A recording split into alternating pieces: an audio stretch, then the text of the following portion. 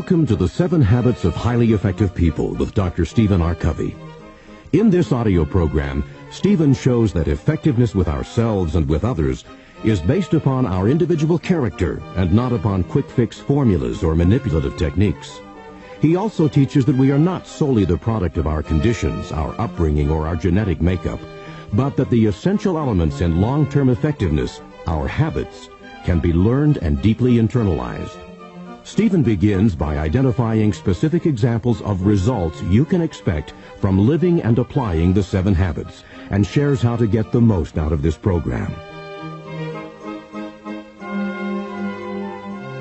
I will be presenting 7 interrelated habits that highly effective people have internalized, habits that are part of their very nature. I'd like to give you an idea of what you can expect, and also what you should do to meet these expectations. This is a life-changing program. I'm not using hyperbole. I'm not trying to exaggerate for effect. It is an absolute guarantee that if you will understand these habits, teach them to other people, and learn them well, and then apply, live them until they become part of your nature, it will change your life in a very fundamental way, for good, in these areas. 1, improved self-confidence, self-esteem.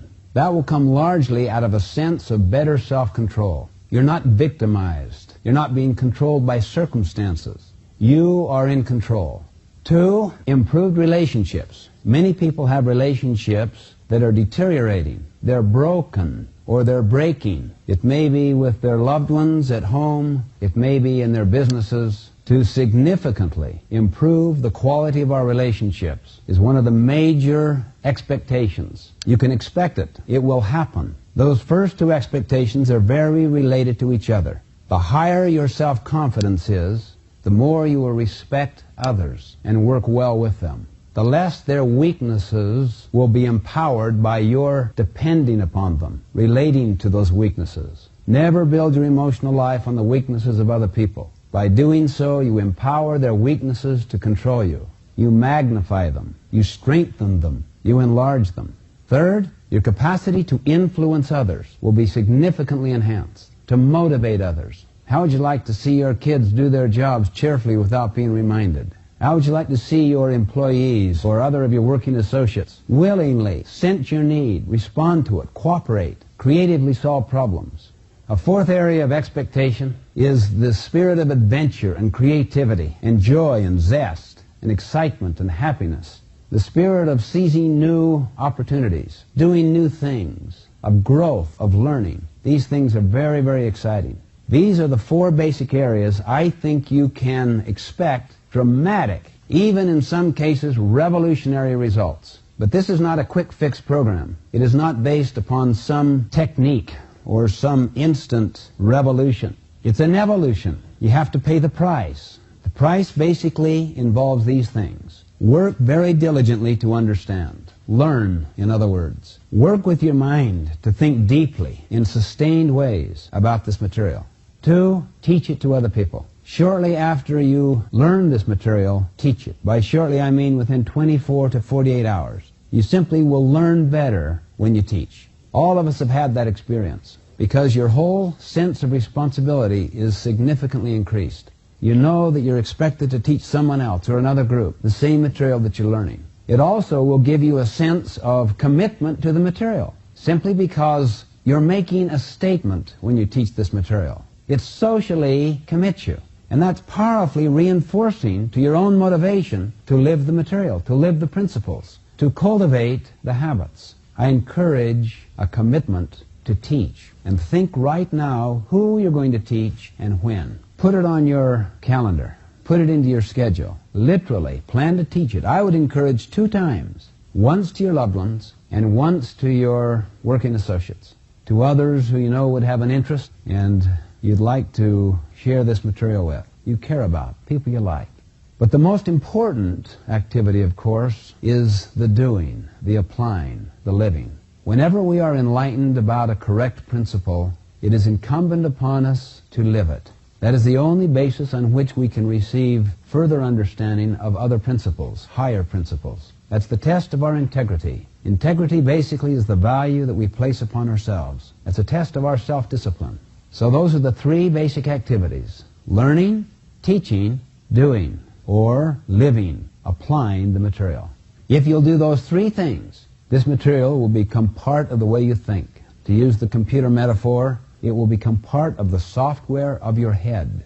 And little by little, you'll find this material will become more and more yours, deeply internalized, and it will affect all those other areas that I identified up front that you can expect to have significant, even dramatic kinds of improvements in. Self-respect, self-confidence, improved relationship with others, improved capacity to motivate, to influence, and a whole new level of zest and excitement and adventure and joy and happiness and creativity in your life. Now, in this presentation, I'm going to organize it into three parts. The first part will involve giving the overview. What do we mean by basic habits? What does effectiveness mean? The second part will deal with the 7 habits themselves, and I will present them in 3 groups. Habits 1, 2, and 3 will be the first group, habits 4, 5, and 6 the second group, and habit 7 the third group. I'll also spend some time on each habit. The third part will be the review, where we'll study the relationship which the habits have to each other, and certain activities which will combine all of the habits at the same time. That will be a kind of summary part, so that we can revisit the habits and get an overall larger conceptual understanding of these 7 habits and how they relate to each other and to our own personal and organizational lives. I must say at this juncture that these basic habits, because they are internalized principles, apply as much to organizations, including family organizations and business organizations and professional organizations and so forth, as they do to individuals. They would apply to marriages, to dyads, to triads, to families, to public organizations, private organizations of every kind. These habits are generic habits. That means they're like common denominators. They apply everywhere. That's what principles do. They apply everywhere.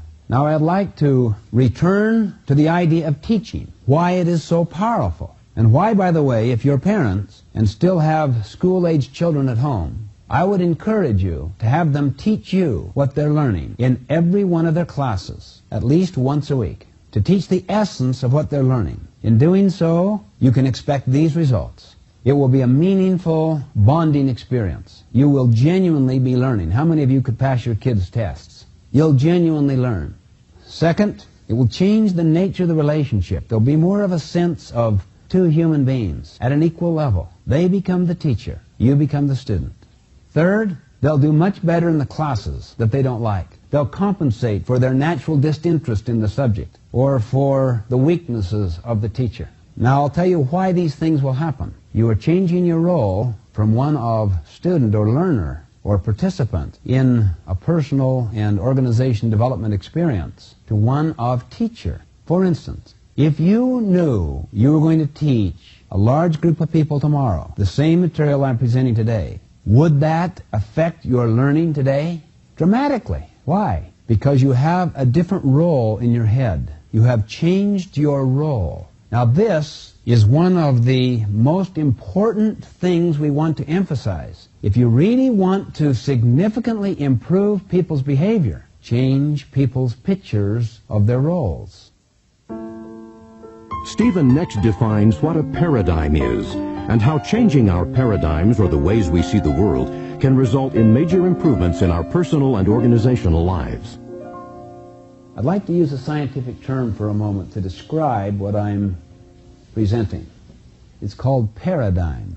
A paradigm is the way you see the world, the way you see the universe. The way you see your role is a paradigm. For instance, a friend of mine just a couple of days ago had been up all night delivering babies, and I called in the morning to see if I could pick up his son to join with my son to go to a parade. And he was telling me about the night's activities. I said, "What's it like? You've delivered hundreds of them now. Do you ever find it becoming routine?" He said, "Stephen, you have no idea how moving, how inspiring an experience it is." I said, "What are you most impressed with?" He said, if the father participated over time in preparing for the birth and was present during the last stages, it profoundly affects the way they think and feel. One of the deliveries this morning was a newborn of a father who was a macho football player. He, in all of our visits, was rather filled with himself, with his concerns, his time schedule, and his own world, his own way of thinking.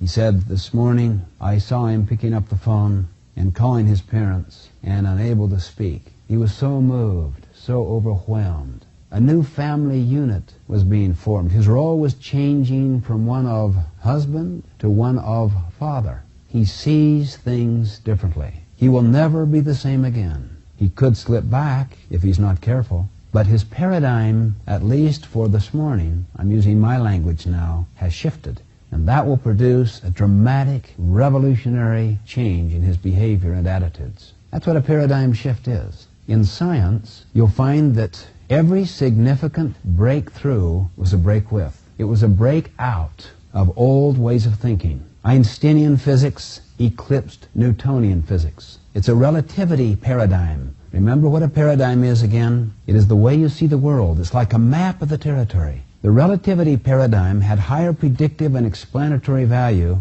than the clockwork paradigm of Newton. We could get to the moon on Newton, but could not understand the basic unit in the universe called the atom.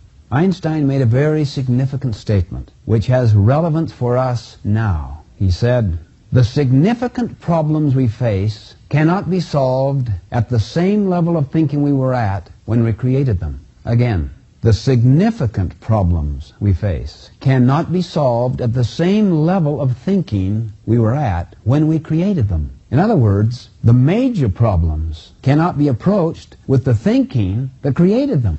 It requires a new level of thinking, a new paradigm. Take the field of medicine. Until the germ theory was developed, which was a better map of what was happening out there, a high percentage of the women would die in childbirth. They even preferred to be delivered by midwives because there was less childbirth deaths. No one could understand why. Men in the lines who were wounded in the army were dying more from the wounds, small wounds, than some of the major traumas on the front lines. As soon as the germ theory was developed by Semmelweis and others, a whole new paradigm, a new map, a better, improved way of understanding what was happening, made dramatic, significant improvement. A whole different way of thinking. Study yourself. Study the way you see the world. In the last analysis, your head creates your world. I'll explain that in greater depth a little later. Let me give to you a recent paradigm shifting experience that I had, and I'd like you to share in this experience.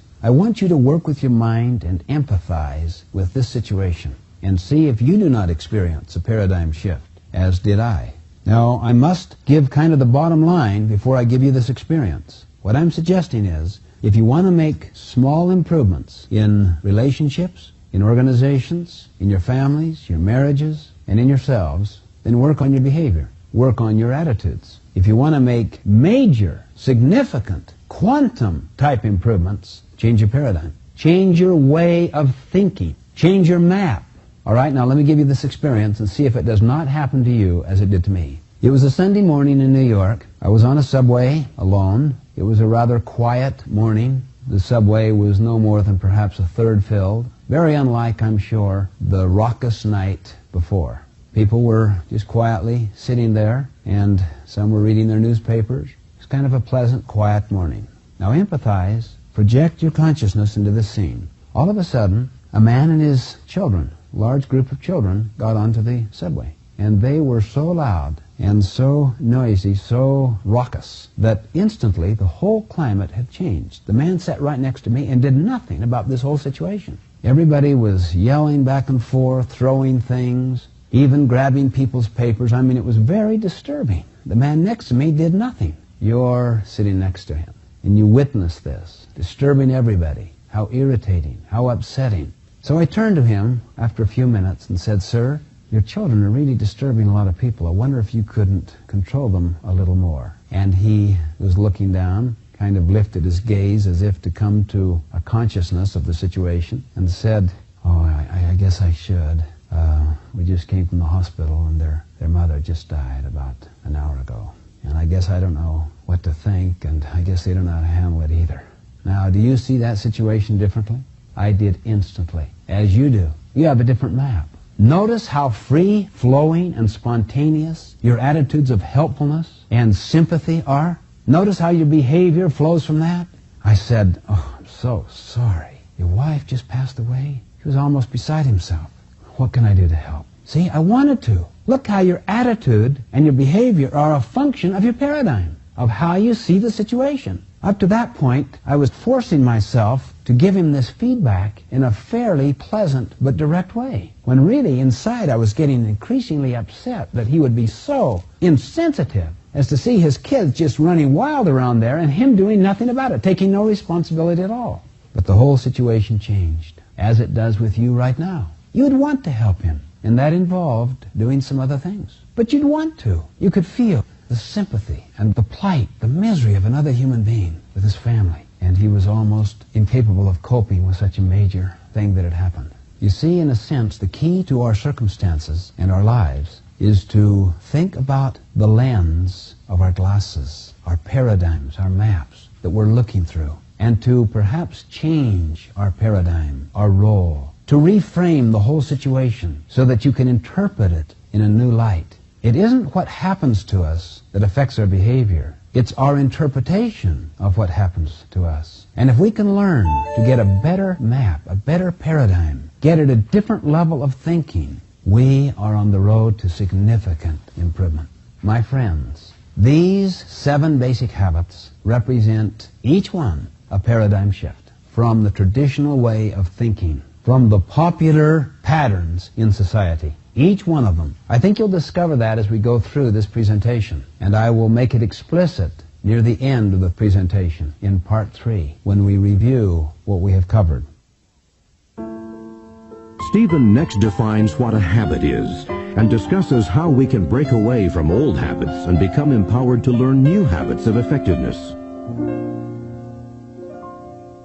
Now let's take a minute to define what a habit is, because we're talking here about 7 basic habits. A habit is an internalized principle, particularly if it's a habit of effectiveness. You've got a natural law we sometimes call a principle that makes sense. For instance, in business, a principle would be to value the customer and to adapt your whole approach in business to the customer. That's a principle. If I've internalized that principle to where I know how to do that, and I want to do it, and I know what to do, that's a habit. So the habit is the overlapping of knowledge, skill, and attitude. Knowledge is what to do. Skill is how to do. Attitude is why to do. Or you could say, want to do. See, I may know how to treat the customer with value to build that relationship. I may know what I should do, but not want to, because I may not feel like I'm treated that way. So it won't be a habit. In another case, I may know what to do to build my relationship with this teenager who's going through this terrific identity crisis and feels alienated from his parents, from the family. I may want to do it, know what to do, but not know how to do it. I don't have the skill. So if I lack the skill, it's not a habit. I might even have certain skill and knowledge, but not want to. A habit is the overlapping of what to do, or knowledge, how to do, or skill, and why to do, want to do, or attitude. Where they overlap, you'll see a habit. Horace Mann, the great educator, once said, "Habits are like a cable. We weave a strand of it every day, and soon it cannot be broken." I don't personally buy the last expression. I know that they can be broken, because habits can be learned and unlearned, and new habits can be learned. We'll go into that when we discuss habit number 1. However, the first part of Horace Mann's statement is so true. People gradually develop a way of thinking, a paradigm, if you will, and also a kind of lifestyle that they are reinforced by in various ways. They have certain kinds of satisfactions, even psychological satisfactions, even though they realize the habit is not a fruitful habit. Nevertheless, it's deep inside them, and it has its play upon their life. So to overcome a habit involves a process and a tremendous commitment It's almost like the Apollo moon trips put on by NASA many years ago. They had to literally break out of the tremendous gravity pull of the Earth and also the atmosphere surrounding the Earth. And most of the energy that was spent on those fantastic scientific adventures was spent in the first few seconds, even though those moon rockets went over 500,000 miles to the moon and back. But once they were out of the pull of gravity of the Earth, like habits are, gravity pull us, and out of the atmosphere, the environment that our heads have helped create, they had an amazing level of freedom. In fact, one of the astronauts was interviewed and was asked the question, what was it like for the lunar module and the command module to separate and for the lunar module to go down to the moon? And he answered through breathing. And the reporter pressed him, what do you mean? He said, it is like the breath of a baby, the amount of freedom that he had, because he was not held down by gravity or by atmosphere. But the breaking of the habit, the breaking out of the Earth and pulling away from that gravity and that atmosphere requires a level of commitment, a sitting down, a counting of the cost, to pay the price. But once it's done, you and I can experience the exhilarating kind of freedom that little NASA metaphor bespeaks. I'll tell you, however, one of the problems with my reasoning here. Most people tend to be into quick fix. In fact, many of the very popular products give quick promises of relief. But the problem is that they work only on acute things. What's an acute illness physically? It is where there's some pain. The chronic illness, like the great mass of the iceberg, is the persistent, continuing disease which lies under the acute pain. Most people are into solving acute illnesses. They want the pain to be relieved. They want the relationship to be instantly corrected, solved. Seriously. They're into nostrums, quick fixes. They want to deal with acute illnesses. The problem is, the more you look for quick fixes, and the more you attempt to apply some gimmick, some technique that seemed to work for someone else, or that seems to have such an instant appeal to you, the worse the chronic problem becomes. For instance, if I am chronically fatigued, where my reserve capacities have gone because my working style has put me into a situation of management by crisis all the time,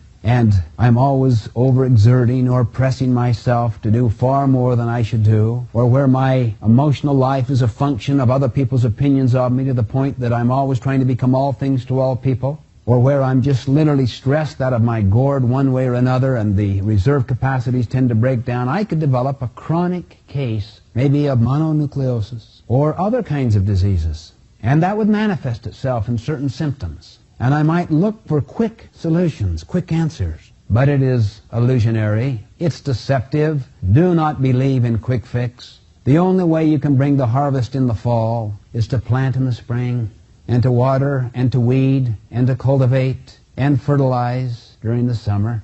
However, when it comes to social systems, people have learned quick fixes. How many of us crammed in school? How many of us got by cramming, got grades, got degrees even? And yet inwardly we know we didn't get a good, solid education because we did not really pay the price day in and day out in our thinking processes, our daily preparations. We know it. And if we're hurt in some way, we work on that immediate hurt, try to solve the situation. Then another problem breaks out somewhere else, we run to that. You see, that's the kind of lifestyle that breaks people down and fatigues them, burns them out. Then their whole emotional capacity to relate well with others, particularly under stress and pressure, is reduced almost to a minimum. And their life becomes almost an entire function of what's happening to them. They become victimized by it all. A while back, I visited with a friend of mine who is the head of surgery at a hospital. And I asked him if he'd allow me to visit some of the operations going on in the hospital. He did. We went to over 20 of them. I also visited an operation that he performed. In fact, assisted him. They gowned me and washed me, and I literally held the instrument that kept the chest wall open while he did this vascular operation, replacing 3 vessels. He had me actually feel those vessels. I could sense how stiff they were, how brittle they were, because they were filled with all of this plaque, this cholesterol substance that was occluding those arteries. And I said, why don't you just clean them out? He said, For a while, you can reverse the process, but after a while, Stephen, the plaque, the cholesterol, becomes the very content of the wall. And I said, well, if you have corrected these 3 places, is the man clear? He said, it's through his whole system. Feel this, feel this, feel this. He's got a chronic problem, a vascular problem. It's a heart disease problem. He's an exerciser. You can see some of the supplementary circulatory system that's been developed. But he doesn't want to change other aspects of his lifestyle. He's got a chronic problem. I'm only working on the 3 most acute things that might cause heart attacks or stroking because of the lack of oxygen flow to those parts of the body. In other words, my friends, these basic habits are basic. They're not 7 optional habits. They are generic. They are foundational. They're fundamental. You'll find all truly effective people possess these habits. They work on the chronic problems and also upon opportunities, new exciting opportunities that can release the human energy, the human spirit, the creativity within us.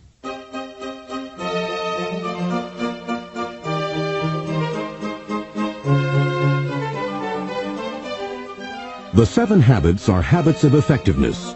Stephen next relates Aesop's fable of the goose and the golden egg to illustrate how consistent effectiveness is always achieved through a balance of the results we seek and the assets that produce these results. Now let's define what we mean by effectiveness. We've just defined basic habits. What do we mean by effectiveness? It's a most interesting term. I'd like to give a very simple definition. I call it the P-PC balance. The P-PC balance. P stands for production of desired results. PC stands for production capability. To quickly illustrate, you'd like to have a clean house. You'd like your children's rooms to be clean, wouldn't you? That's the desired results. That's P, production of desired results. PC means that your child is committed to keep that room clean, cheerfully, without being reminded, bugged, supervised, cajoled, manipulated, threatened, beat up, carrot and sticked. That's PC. Now, you can get a clean room by doing it yourself. Well, what's happened to PC? What's happened to the asset, the person, the resource to clean the room? What's happened to that person's motivation, desire, habit patterns, skill, knowledge, and attitude combined into a habit? That's PC. That's production capability. So I suggest effectiveness is to get the clean room and to have the kind of relationship, atmosphere in the home where people want to do their own jobs on their own, cheerfully. I'm sure all of us have studied Aesop. Sometime in our life have heard his fables.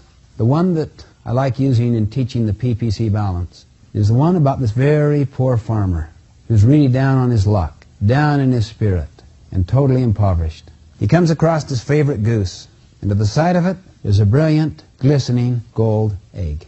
He's thrilled, but then he realizes instantly, someone's tricked me, it's bogus, so he throws it into the bushes. Then on second thought, he says, well, what have I got to lose? And he tests it. He finds out it's pure gold. He can't believe this windfall fortune. The next day, he finds another one and tests it. Again, pure gold. The next day, the same thing. On and on. Every day goes back. Soon he becomes so fabulously wealthy, he becomes also impatient. He didn't want to go back every day. He wants them all, and he wants them now. Out of his greediness, he lops off the head of that goose, reaches inside to get them all, only to find none. In all organizations, there's basically 3 resources or 3 assets: the physical, the financial, and the human. That's obviously true in a business, but it's also true in a family. How many here have ever had the experience of neglecting an appliance and found that it only lasted 1 season? Like a lawnmower. How many have neglected the car, proper maintenance, proper feeding and caring for the goose, if you see what I mean, and found that the golden eggs started to go down? In fact, think about this. You're in business. You've been in charge of this machine. There's tremendous growth taking place in the business and a lot of upward mobility. You'd like to get promotions too, so you want to make a tremendous record. Short-term record. You don't care about the long term. What would you do? Run as hard and fast as you could. Right. Run it hard and fast as you could. No PC, right? No feeding the goose. No taking care of the goose, because you just want to just crank out those products. And you do. And you make a terrific showing. Your production goes higher and higher. Your costs are low because there's no maintenance. You have really moved from red ink to black ink. You've moved into profitability. So we promote you to the upper executive ranks so we can get access to your skill and talent and thinking. The next new person comes on board. By this time, because of a lack of PC, because of a lack of feeding and tending the goose, the machine begins to break down. This floor person looks inside and notices, calls for downtime, costs go up, production goes down, profits shot back into red ink. Now, what do people say to you, the first supervisor of the machine, in the executive corridors the next day about your successor? What do they say? He's a loser. I have never seen such a clear case of how leadership can make a difference. As soon as you left, it went down. What if I were a coach and I really wanted to produce an outstanding team, short run? I'd give all my energies to my present players, no recruiting, and I put on a fantastic show. And I am lauded and applauded all over the place. And I leave. The next coach comes in the legacy that I had just left. No one knows that. All they know is we've moved into constant losses. You can apply this thinking to any field of endeavor you wish. For instance, take your finances. Have you ever confused interest and principal? Have you ever invaded the principal in order to live better? Used it as income, start to eat away at the goose in order to live higher on the hog, to have the things you want? Is that effective? Eventually, the goose dies. There's no more golden eggs. Or take your marriage. Do you and I make constant deposits into that relationship? The most important relationship probably we will have in life, along with our children. Sometimes I call this the emotional bank account. The emotional bank account is like a financial bank account into which you make deposits and you can take withdrawals. And if you make many deposits into that relationship, the trust level goes higher and higher. And the nature of the communication becomes very soft and gentle and instantaneous. How many have such a high emotional bank account with someone you can communicate with them almost without words? How many can even make mistakes in your communication and they'll correct for the mistakes and get the meaning? It happens. We all have that kind of a relationship with people. It doesn't take time to communicate. It takes time to build the emotional bank account, to build the trust level. When the trust level is high, when the emotional bank account is high, communication is easy, it's effortless, it's instantaneous, and it's effective. If the trust level is low, it makes no difference how eloquent we may be, how clear we may be, how skilled we are in communication technique. People will be reading between the lines. It's like walking into a minefield. You never know when one of those things might be hit and go off. The essence of relationships is the trust level, the emotional bank account. That's PC on relationships. That's the goose, the quality of the relationship in business, the quality of the relationship with the customer.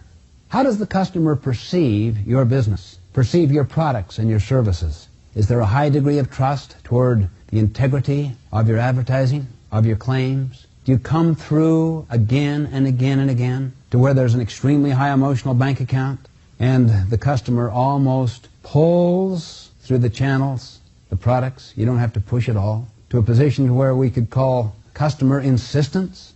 In this very community, I remember many years ago, a restaurant that served a fantastic clam chowder. You could hardly get near the place in the middle of the day because people would line up to get the clam chowder and would even take some home for the evening. They'd reheat it. Great business. No one knew what was happening, but that business was sold. New owners came in an effort to improve the profitability, in an effort to get more golden eggs. They watered down the clam chowder.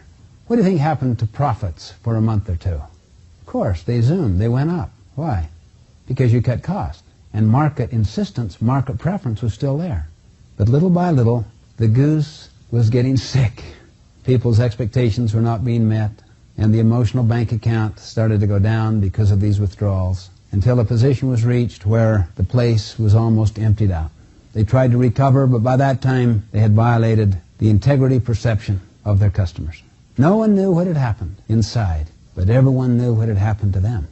So also in a business, we can be on people's backs to treat the customer well, but how do we treat that person? The key is to always treat the employee exactly as we would want them to treat our best customer. What if that were the paradigm? You treat a customer like a volunteer because that's what a customer is. You treat an employee, an associate, like a volunteer because they have to volunteer their best thinking, their best loyalty, enthusiasm. You can buy a person's back, but not their mind. You can buy a person's hand, but not their heart. That kind of dedication, commitment, and loyalty must be earned by taking care of the goose. rather than taking the short view of constantly letting the bottom line of the number of golden eggs govern all decisions, all behavior. You see how anti-quick fix this is? You see how long-term thinking this approach is? This is the essence of effectiveness. I'll tell you a very fast way to tell whether a business has a good PPC balance. How do they deal with customer problems? If the customer's problem is out of standard operating procedure and it kind of throws the business and you get an answer like, "I'm sorry, sir, that's our policy," you'll know it's out of whack. What is a problem? A production problem, a P problem, is a PC opportunity. If you want to start making big deposits into customers, treat their problems as being important and try to solve them. It's a PC opportunity, and out of it will come many future golden eggs. You'd like people of different departments to cease this contention, this wrangling, this interdepartmental rivalry, and to cooperate with each other, to understand each other's concern and paradigm, and to learn to creatively cooperate. Now, you might take a strong hand and go for the desired result, threaten, change some compensation system to get some desired result. But the basic spirit of those people has not changed. The PC, the production capability, has not been altered. It requires your constant attention to it. How do you create a culture inside that organization that values both the desired result and the preservation and enhancement of the assets that produce it, the people, the resources? How do you do that? You see, so many organizations are filled with interdepartmental rivalries. In fact, one of the shocking experiences I've had in my consulting and training work over the years is to realize a high percentage of the problems begin with the people at the very top, the nature of the relationship they have with each other. Often, if deteriorated, gets translated throughout the entire organization. Like osmosis, it's diffused everywhere. Dag Hammarskjöld, the late Secretary General of the United Nations, made this brilliant statement: "It is more noble to give yourself completely to one individual than to labor diligently for the salvation of the masses." You see, a person could be very actively involved with many people, many worthy projects out there, 10, 12, 14 hours a day, 5, 6, 7 days a week, and not have a meaningful relationship with his own spouse, with his own business partner, with this teenage son who's going through terrific turmoil. And it will take more nobility of character in the form of humility, courage, empathy, respect, understanding, to do whatever's necessary to rebuild that one relationship. But the ironic thing is, it is in the rebuilding of the one that the power to deal with the many comes from. The key to the 99 is always the one, because everybody is a one. For instance, if you should see me, say, punishing somebody in a social way that you felt was totally unjustified, how do you know I won't do that to you? You're a one. The key to your family is that one child that tests your patience the most, that communicates eloquently the unconditional or the conditional character of your love. What if we could say to our loved ones, "My love for you is greater than anything you do that bugs me," and live it on a one-to-one basis? I have a habit of taking my kids on dates, and we plan these dates. We find that the anticipation of the date is as satisfying as the realization. So we think about it for a long period of time. I came to one of my daughters and said, "Honey, tonight's your night. What is your choice? What would you like to do?" "Well, Dad, that's okay." "No, really, what would you like to do?" "Well, what I want to do, you really don't want to do." "Well, really, honey, I want to do it. No matter what it is, it's yours." "No, I know you don't. I know you don't want to do it. I want to go to Star Wars, and I know how much you don't like Star Wars. You slept during Star Wars. You don't like these fantasy-type movies. I know you don't. So that's okay, Dad." "No, honey, if that's what you'd like to do, I'd like to." "Dad, you're just trying to do your daddy thing. Don't worry about it. We don't always have to have this date. By the way, Dad, you know why you don't like Star Wars? Because you don't understand the philosophy and training of a Jedi Knight." I said, "What? What was that?" "You know the stuff you teach, Dad? That's the same things that go into the training of a Jedi Knight. Let's go to Star Wars." And we did. And she sat next to me and gave me the paradigm. And I became her student, her learner. We went to all three. It's totally fascinating. I could begin to see out of a new paradigm the whole way that a Jedi Knight's basic philosophy and training is manifested in different circumstances. That was not just a P experience, it was a PC experience. It was bonding in our relationship and very satisfying in its fruit. We got golden eggs, and also the quality of the relationship, the goose, was significantly fed. Stephen continues his discussion of effectiveness by describing how we can improve the quality of our relationships by making constant deposits into the emotional bank account of others. Let me briefly mention 6 ways of building the emotional bank account with people, all people, spouses, children, employees, customers, whoever. First, simple kindnesses, simple courtesies, if you will. Thank you.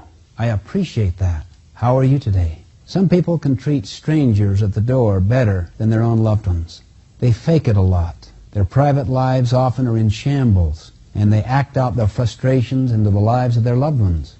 And they are constantly taking small withdrawals. They're discourteous, unkind, insensitive, without understanding, sympathy. The opposite of this, of course, would be a withdrawal. Second, honesty, to just be an honest person. Third, the making and keeping of promises. Probably there's no more massive withdrawal than to give a person a promise that's important to them and not come through. Because the next time you make a promise, they won't believe it. Fourth, expectations, the managing of expectations. You will find the root cause of almost all relationship difficulties, breakdowns, come from conflicting expectations surrounding roles and goals. Think of what I just said. That almost all, I've even heard some people claim all, broken relationships come from conflicting role and goal expectations. You said I never said that.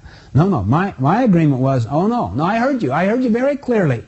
I never said that. What I said was, you said your role was, oh, that's not my role, that's your role. I was waiting on your end. Oh no, you told me to just do what you told me to do. I expected you to think on your own. We got to accommodate this customer. Your role is to take some initiative. Last time I took initiative, I got shot out of the saddle. That's not my role. You say you want creativity and innovation, but I find you reward lockstep and conformity. Fifth, loyalty. Loyalty. Watch this. Let's say that the two of us are talking about him, our supervisor, in a bad-mouthing way. What do you know I'm doing when you and I have a falling out? Same thing. Right, same thing. Because you know my nature. If you want to retain those who are present, be loyal to those who are absent. Because what do they know you're going to be like when other people are bad-mouthing them to you, behind your back? It's far greater to be trusted and respected than it is to be liked. So you're taking the long view. Your integrity, which means you operate on the same principle toward the totality of your relationships, is intact. That builds the emotional bank account in powerful ways. Even though at the time when you badmouth somebody with someone else, it may seem to kind of cement your relationship. To use the construction expression, it's bad cement, it's bad mud. All it will take is a storm on that relationship and that internal flaw will surface. It doesn't build the relationship, it hurts. Far better to say when someone's bad-mouthing somebody else, I think you have a good point. Let's go and talk to that person. Let's go and make an effective presentation to that person to help that person. They know you would do the same thing to them if someone was bad-mouthing them to you. But a lot of people aren't ready for that confrontation. It's so much easier to sit and bad-mouth, to complain, to murmur and moan. It's easy. Seems to, make you feel better. You get validation from someone, they massage your heart. Remember this, it's greater to be trusted, greater to be respected than to be liked. That's PC activity. Interestingly, it's also P activity. It produces golden eggs almost instantly. If it doesn't instantly, it will eventually. That's the true essence of happiness, is the willingness to subordinate what we want now for what we want eventually. So sometimes it takes a little self-denial and sacrifice of what we want right now, that golden egg right now, in order to make the deposit into the emotional bank account and build it up so that we can have what we want eventually. The preservation of the asset, the enhancement of the asset, the people that will continue to produce the golden eggs. Sixth, if you blow any of the above 5, learn to say, I'm sorry, I apologize. And we all do blow them from time to time. But the one thing that people will not forget or forgive is a cover-up. Even presidents can be deposed through cover-ups. The anatomy of cover-up usually is pride and leads to defensiveness, self-protection, self-justification, accusation of other people, and the whole relationship deteriorates. You've often seen it even in marriages. For from one of spontaneity and richness, softness, to one of accommodation, to one of toleration, into various forms of hostility that may break out in hot wars in a legal court or cold wars in the four walls of your own home, which ooze out into the emotional atmosphere, the ecology of the home, a powerful osmosis kind of teaching to the next generation, where they learn that the way to solve problems is to fight, to take each other on, or to flight, to withdraw, to give up, to capitulate. Dominant Dan, Dorothy, Doormat may seem to have a harmonious marriage, but remember that unexpressed feelings never die. They're buried alive and come forth later in uglier ways. The emotional bank account's overdrawn. And with the key relationships of our lives, the emotional bank accounts will evaporate if we don't constantly make deposits into them. They require constant nurturance, constant feeding, constant tending to keep them rich and filled with joy and happiness and kindness and the spirit of forgiveness and humanity and softness and gentleness. The opposite of all of those 6 things, of course, are withdrawals. Now, I must say at this juncture that sometimes we can get too focused on the PC and neglect the golden eggs. Too focused only on, say, education and neglect the industry that produces the golden eggs, the money that supports the education. Some people run for 3-4 hours a day bragging about the 10 extra years of life it gives them, unaware they're spending them running. We can get imbalanced in the other direction. Or sometimes you can get the wrong kind of PC, as is found, I believe, in many quick fix training programs in organizations. Doesn't work. You know, I remember a while back I was teaching and someone came up and we were kind of just musing, looking outside, and he said, "Frankly, Stephen, I don't enjoy these seminars very well." "Really? What's the problem?" He said, "Well, I get grilled at night on the phone by my wife. Unbelievably grilled. She wants to know everywhere I've been, everything that I'm doing, with whom. All right, what'd you do this morning? And what about your lunch? Who'd you have lunch with? And then the afternoon? And then the evening, what did you do then? What kind of entertainment? You know, asking all these questions. Almost asking, whom can I call to verify all this? Look at this beautiful scene out here. Look at how much these people are enjoying themselves." He said, "Of course, she knows all the right questions to ask, because I met her when I was on one of these trips and married to someone else." And I asked, "You're kind of into quick fix, aren't you?" He said, "What do you mean?" "You'd like to have your wife's head rewired instantly, right?" "Well, I don't know about that, Stephen, but the thing is, I just feel like it's not a good attitude to have. I mean, it just makes my life kind of miserable." I said, "My friend, you can never talk yourself out of problems you behaved yourself into. If you have 100,000 overdrawn emotional bank account, you have to make many deposits for a long period of time to get into the plus figures. There is no quick fix in relationships. There must be high integrity and consistency behind your values and your habits, that they're congruent with each other. Then eventually, if you make the 6 kinds of deposits I've been speaking about, a whole new level of confidence will come into the relationship. And the fruits of that are unbelievably marvelous. To maintain the PPC balance, the balance between the golden egg, the thing we want, and the health and welfare of the goose, production capability is a difficult judgment call. It's elusive, but I suggest it is the very essence of effectiveness. It balances short-term with long-term. It balances going for the grade and paying the price to get an education. It balances the desire to have that room clean and the building of the relationship so that the child is internally committed to do it, cheerfully, willingly, without external supervision. It balances getting cooperation between those warring departments and producing the fruits of that cooperation with the cultivating of a culture or an atmosphere that causes the 2 departments to empathize with each other, to understand each other's concerns and problems, and to create new solutions that are better solutions than either department originally proposed. That is called synergy, the 6th habit, which we will go into later.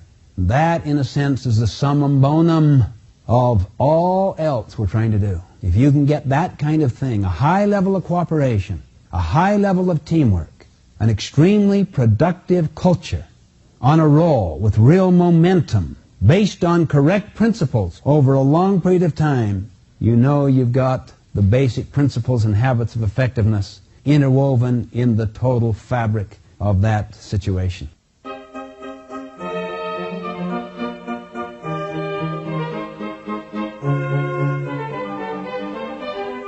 Welcome to tape 2 of the 7 Habits of Highly Effective People. The 7 habits are interrelated, interdependent, and sequential. On this side, Stephen describes how the 7 habits can help us progress from a state of dependence to a state of interdependence. Now, my friends, we're going to move into the second part. We have defined basic habits, and we have defined effectiveness. And those two definitions were very important before we approach the 7 habits. I'm going to give an overview of these 7 habits on what I call a maturity continuum. A maturity continuum basically ranges at the low end from dependency up at the upper end to interdependency. The middle position is called independency. Now let's define each of those terms for a moment. Dependency is the attitude of you. You take care of me. You come through for me. You didn't come through. I blame you for these results. The attitude of independency is I. I can do it. I will. Yes. No. I won't. I prefer. Self-reliance. Takes self-confidence to be self-reliant. The attitude or word symbol of interdependency is we. We can do it. We will do it. We'll cooperate. We'll accomplish this. Dependent people need others to get what they want. Independent people can get what they want through their own effort. Interdependent people require their own effort and the cooperation of others to get what they want. It doesn't take much thought, really, to realize how much more mature interdependency is than independency. Also, it doesn't take much thought to realize you cannot really be interdependent, that is, the we attitude, the team spirit, the cooperation spirit, until you are first independent. That's why independence is such a major achievement, so that people are not being victimized by other people. For instance, let's say I'm emotionally and financially dependent upon you. You're my supervisor, you're my boss, you're my father, you're my teacher at school, whatever the situation may be. My grade, my promotions, my salary, a function of your judgment. And also my sense of worth comes from you. If I'm very dependent that way, would I be a good cooperative team member? Would I give you feedback about some of the things we need to do to improve this operation? Or feedback about your own blind spots? All a blind spot is a hidden weakness. We're all aware of our weaknesses, but blind spots are far more tender. We protect ourselves from those areas, and sometimes they're crippling to us in our effectiveness. And we need feedback. But dependent people will not give that feedback. They cannot risk that kind of vulnerability. They cannot risk possibly compromising their career path. So they won't do it. They'll badmouth and bad think instead. I'll tell you another reason they won't give feedback. They're too angry. They're too upset.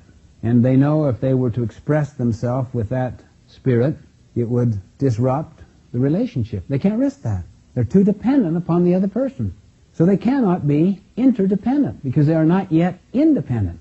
If a person was financially independent, that doesn't mean they're financially wealthy at all.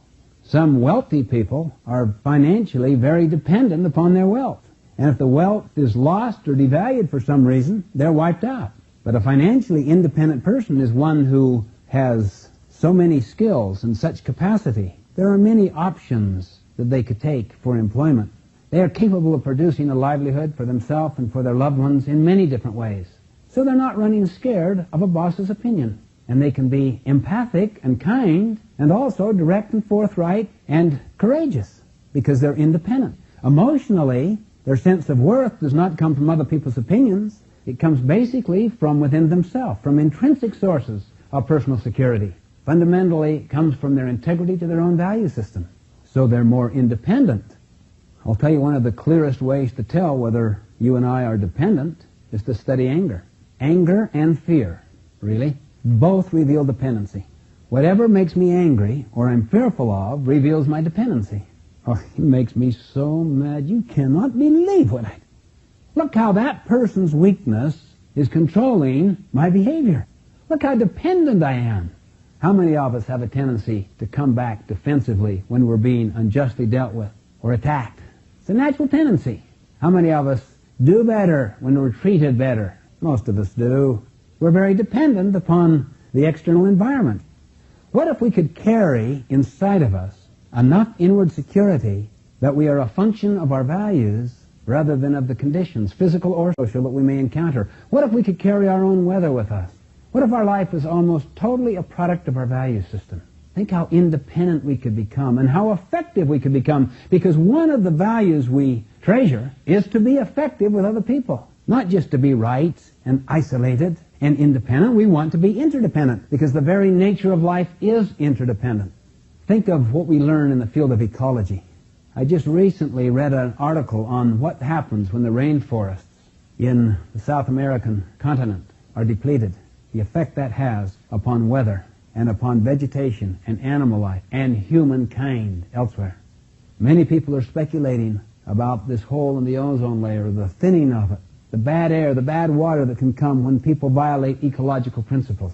Everything is related to everything else, like the domino effect. We are highly interdependent beings, but we can only achieve interdependence if we first become independent to a very high degree, emotionally, intellectually, financially, and physically. I would say physically is the least important. A person can be very handicapped and require other people to help him or her through life physically, but still be intellectually, emotionally, financially extremely independent. Stephen continues his discussion of the maturity continuum by explaining why habits 1, 2, and 3 are basically character habits that enable us to move from dependency to independency. I've got to tell you a study I made for a bicentennial study. I made it in 1976 and studied the success literature in this country over a 200-year period from 1776. I became fascinated. It got me literally into hundreds, even thousands of books. And I could clearly see a fundamental shift taking place in this success literature. I'm talking about the success literature that's popular in the magazines and the books. For the first 150 years in this country, almost the entire thrust and theme of the success literature was character. Character. Characteristics of the person. Basic habits such as industry, integrity, modesty, thoughtfulness, love, service, and so forth. Character, see? The last 50 years, the focus shifted to one that we might call the personality ethic, to differentiate it from the character ethic. It's heavily imbued by technique, technologies, how to lubricate the processes of human interaction, influence people, mental technologies, PMA, positive mental attitude, and other ways of organizing our life, our responses, so as to be effective with other people, without perhaps fundamentally dealing with our own character. These basic habits, these 7 basic habits, help us to move from dependency through independency up into interdependency. And the first 3 habits are basically character habits. Character habits. The next 3 habits are what you might call personality habits, the outward expression of this independent character. I'm not against the concept of the personality ethic. I'm in favor of it, as long as it is a natural, congruent outgrowth of character. But if, like an iceberg, the tip of it, being personality, is separated from, truncated from, the great mass of the iceberg underneath the water, what happens is people begin to develop a life pattern of habits that are manipulative and often deceptive.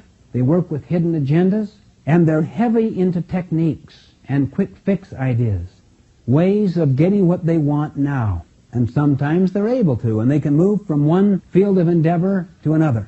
However, study any long-term relationship with those manipulators, those people that are taking withdrawals from the emotional bank account. Study any long-term relationship, and the natural principles being violated will expose the flaw in that personality approach. It'll expose it. They'll be found out. And then they often will pretend it and fake it for the public. But their private lives are often in shambles. And they know it.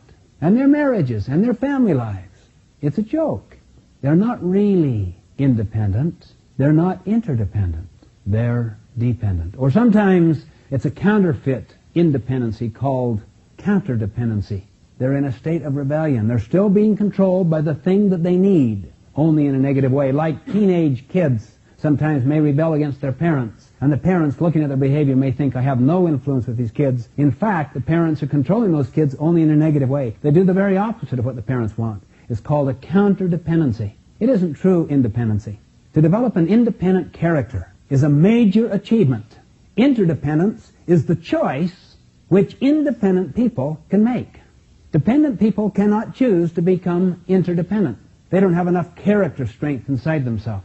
They don't own themselves enough. They don't know who they are enough. They don't have a deep enough sense of self. They don't know what they stand for.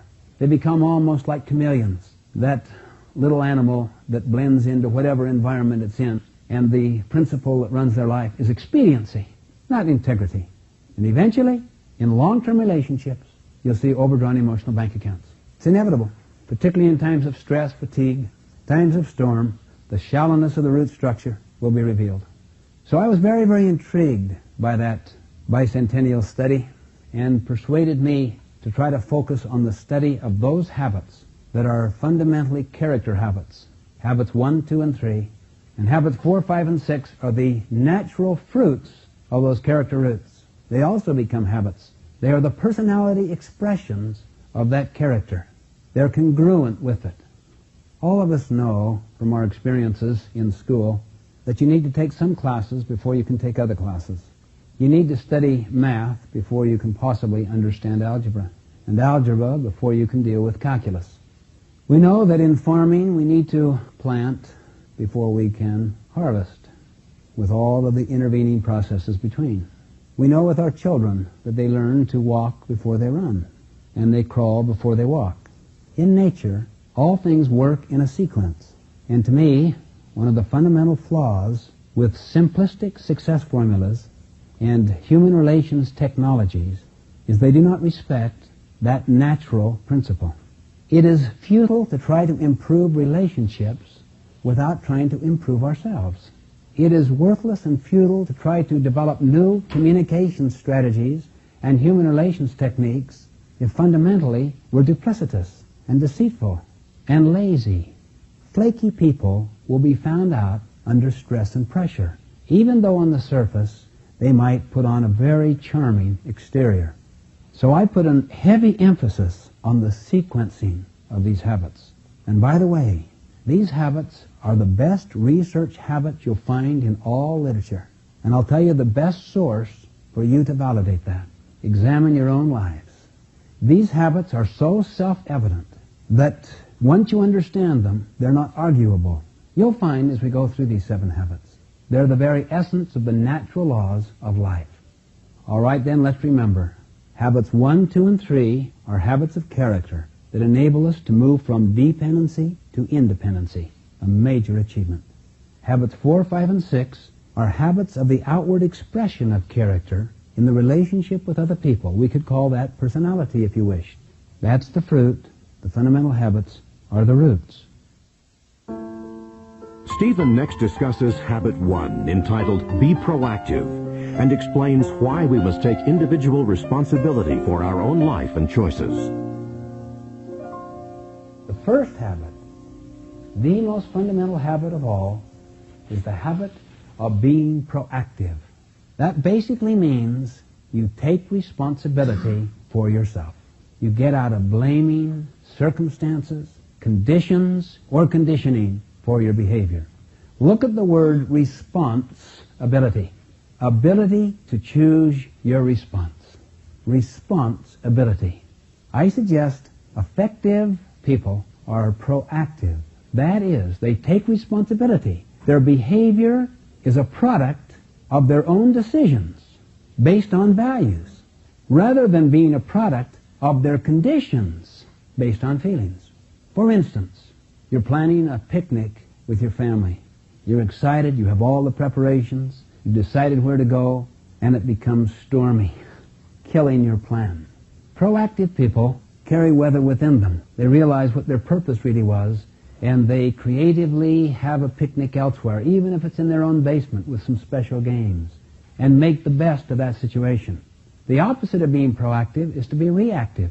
Reactive people would say, what's the use? We can't do anything. Oh, this is so upsetting after all of our preparations. We'd made these arrangements. And the whole spirit of negativism will tend to pervade those people's minds and also the family.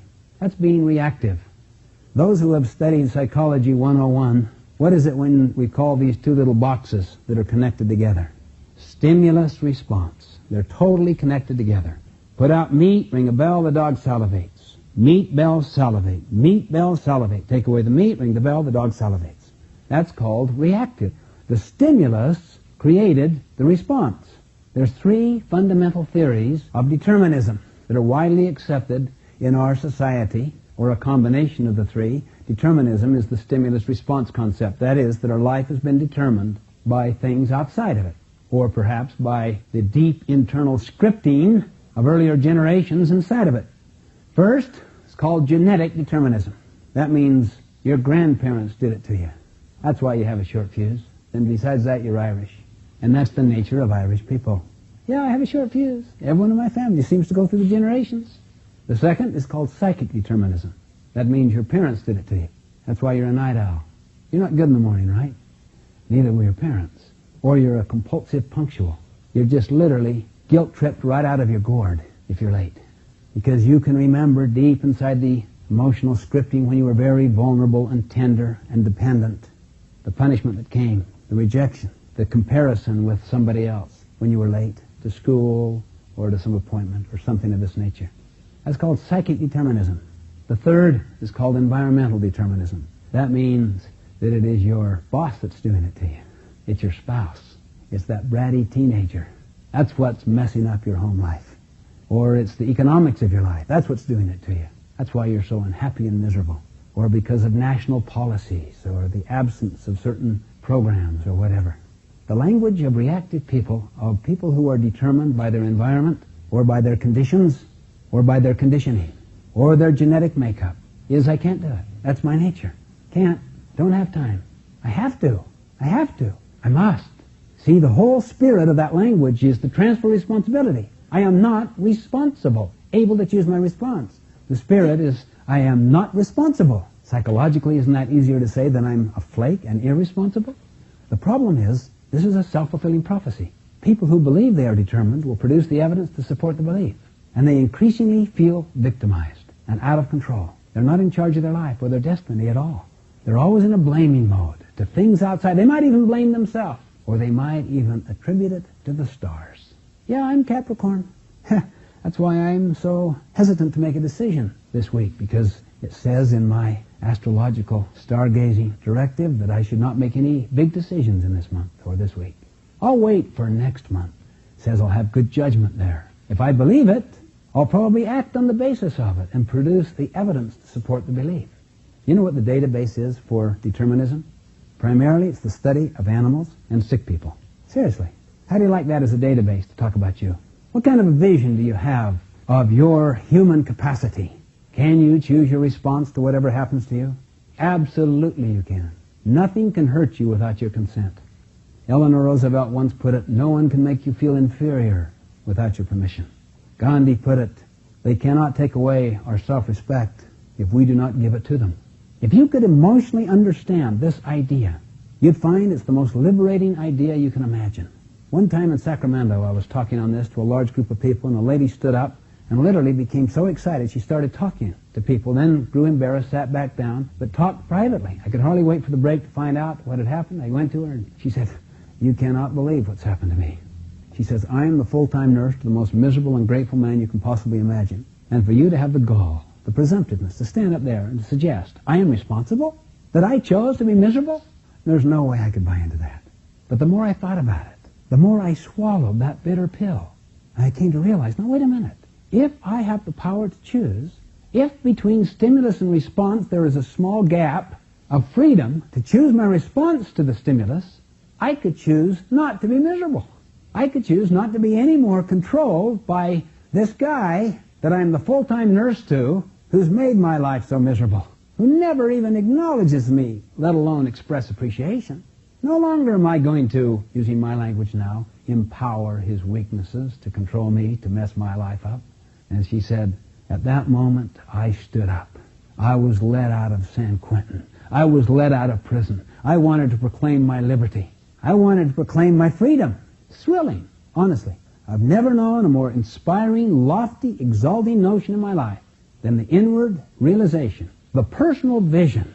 That's what the habit being proactive is. It's the habit of personal vision. Never known anything with more personal vision and excitement in it than the realization I am able to choose my own response to whatever happens to me. And the further advanced realization that in choosing that response you can powerfully affect what happens to you. As I mentioned earlier, your head creates your world. And this is some of the psychology as to exactly how it creates your world. You change one variable in any chemical formula and you change the results of that formula. You change yourself in your marriage. Don't try to change the other. Don't confess your spouse's sins one more time. Work only on your own. You change yourself inside a family life. Be a source of giving unconditional love and support and affirmation and courageous but kind discipline. Be a source of working only upon things you have direct control over. And you watch what begins to happen over time as you make constant deposits into the emotional bank account in all the relationships of that home. I might mention a couple of practices that I have found helpful in my life. The principle is what I'm trying to teach, however, not these practices. The principle is make deposits with your relationships. The practice is I sit in the car before I go into the house and go through a little kind of affirmation process. I am fatigued.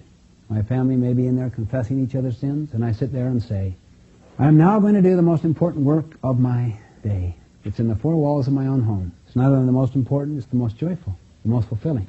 As a husband and as a father, I'm going to bless my wife and my children by my touch and by my voice.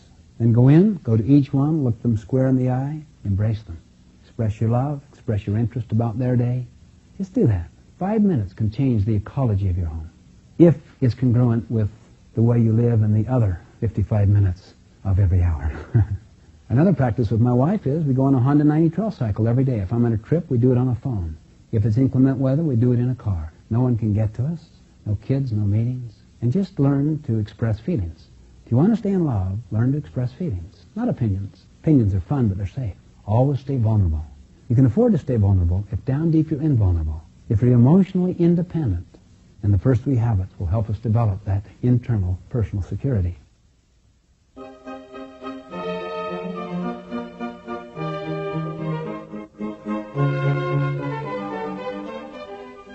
On this side, Stephen continues his discussion of Habit 1, Be Proactive, by showing how we can choose our own response to a given situation, making us more a product of our values and decisions rather than our moods and conditions.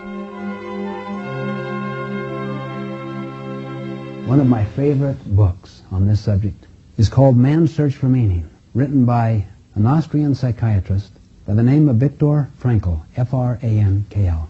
In it he describes his autobiographical experiences in the death camps of Nazi Germany during World War II, where he was imprisoned as a Jewish political prisoner. It's hard to describe the depth of pain, torture, indignity that he experienced. To do so would be almost repugnant to our own sense of decency and virtue. We would not even want to talk about it. I read many of his other books to get a deeper understanding of how he developed his theories of logotherapy. Logo means meaning. The concept is that if you have a why, you can live with any what, any how, as long as there's a purpose, a meaning, some value to be served or actualized. And that the highest value is how you deal with suffering, with difficult circumstances. That's where your greatest influence with others is. How many of you have ever experienced someone with a wasting disease go through a very, very prolonged, painful, tragic disease and death, maintaining a magnificent attitude? How many have ever experienced or seen that? Well, if you have, you'll know what I'm speaking about. Frankl, one day, put under white light, stripped naked, while they began to perform these ignoble sterilization experiments upon his body, discovered what he called the last ultimate freedom. He had a personal vision of his proactive nature. I'm using my words, not his, but he called it The last ultimate freedom could not be taken from me. They could hurt my body, but they could not hurt me, who lives in this body. And through a series of disciplines, mental, emotional, moral, principally using memory and imagination, he exercised this small embryonic freedom until it grew larger and larger, until he had more freedom than his captors. They had more liberty than he. Liberty is a condition of the environment. Freedom is a condition of the person. Liberty means you have many options to choose among in your environment. Freedom means you have the internal power to exercise those options. That's what it means to be proactive. That's what it means to be in charge of your life, to emotionally accept this. But this is very hard doctrine, particularly if you've had years and years of explanation as to why you're unhappy and miserable in the name of somebody else or something else. You have to swallow a bitter pill, but once you swallow it, it is completely liberating, exciting, at a level you've never tasted before. I was speaking one time on proactivity, and in the middle of the presentation, someone visited with me and said, "I like what you're saying, Stephen, but it seems that every situation is so different, and I'm really worried about our marriage because my wife and I, we just don't have the same feelings toward each other that we once had, and I guess love just isn't there anymore." And I said, "Well, then what is your plan?" He said, "I don't know, that's the concern, because we have these 3 kids and we're really concerned about it. What do you think?" I said, "Love her." "Well, I know, but the feeling isn't there." "Well, then love her."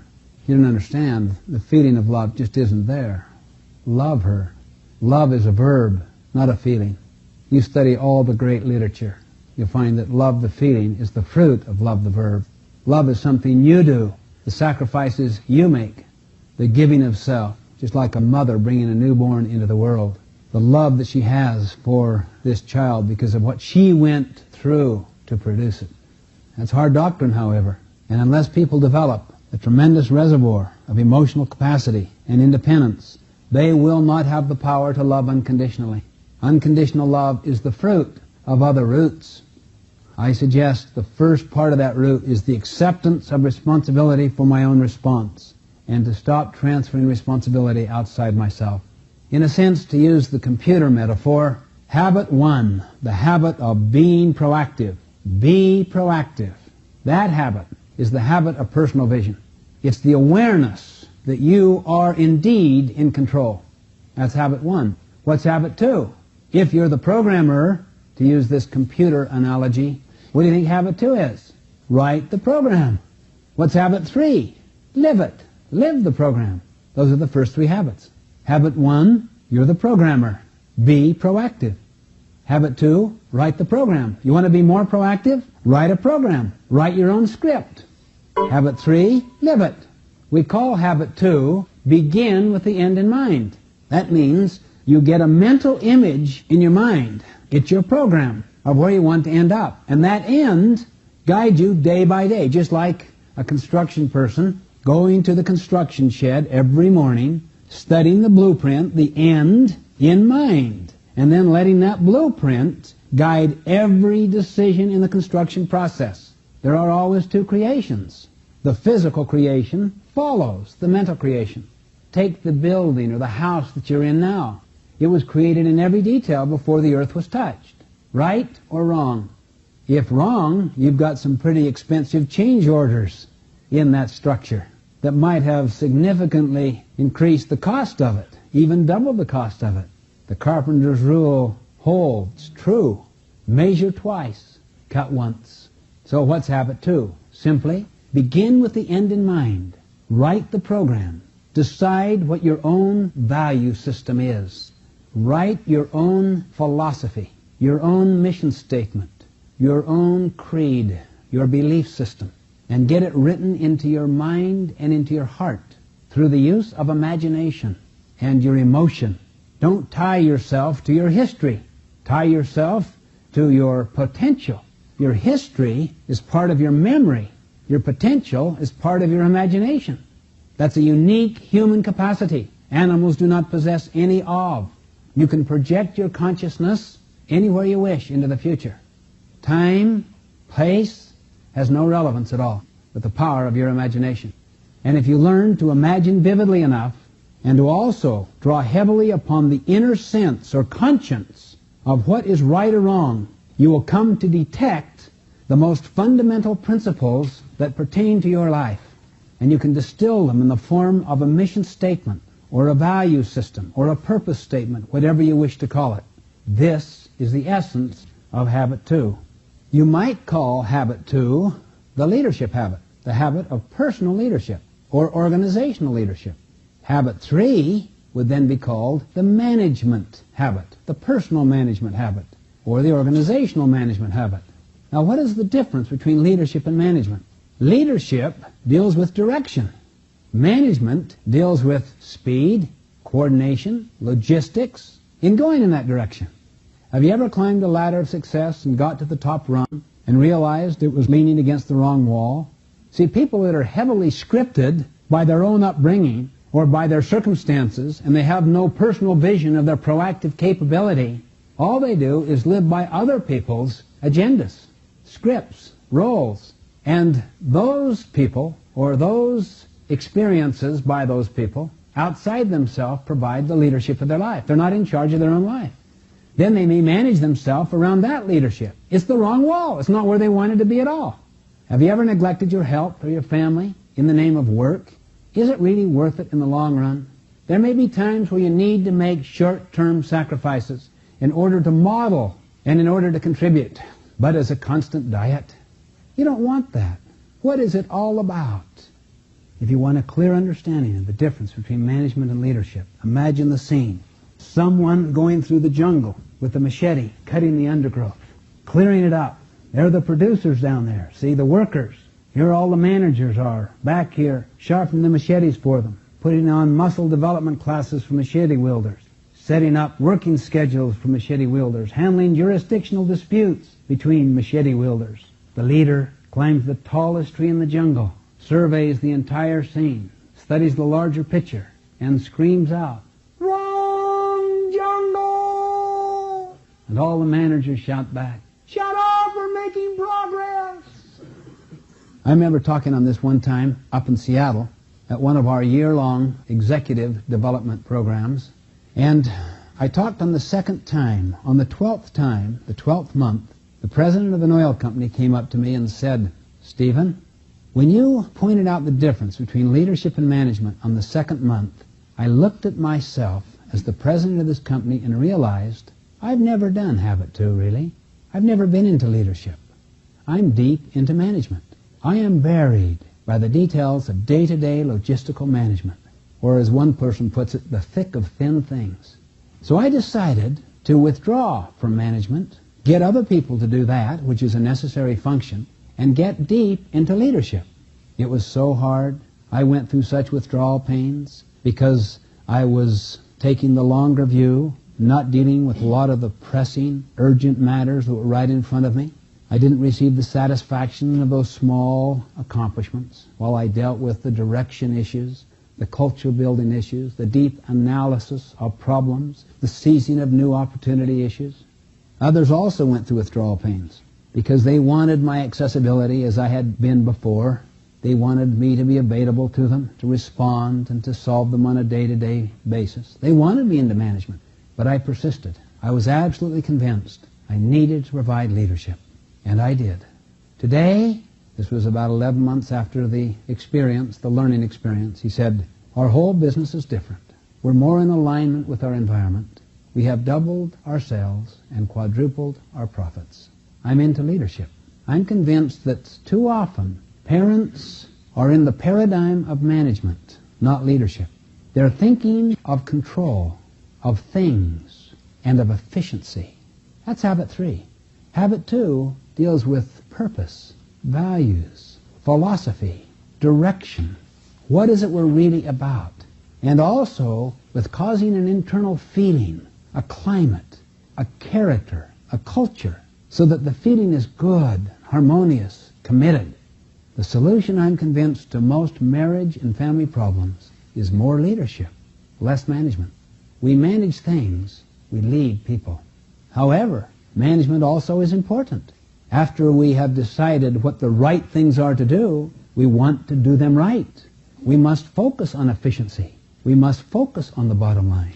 But habit 2 focuses on leadership, on the top line. What is it we're fundamentally about? Simply put, how do you create a culture of proactive people. Write a corporate mission statement. Write a department mission statement.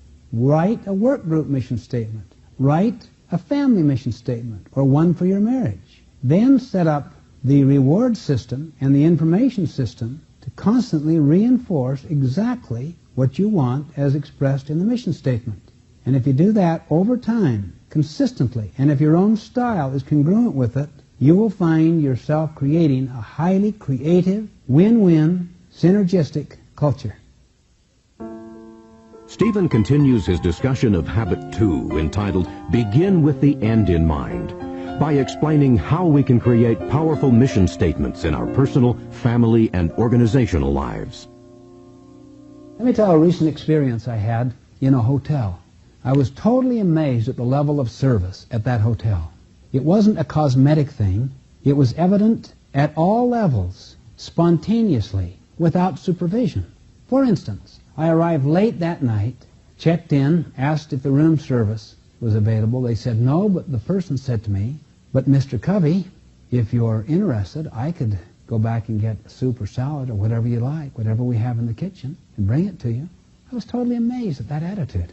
And he found out why I was there. I was training 175 shopping center managers. "Would you like to see the room? Do you have everything that you need? What could I do? We're here to serve you."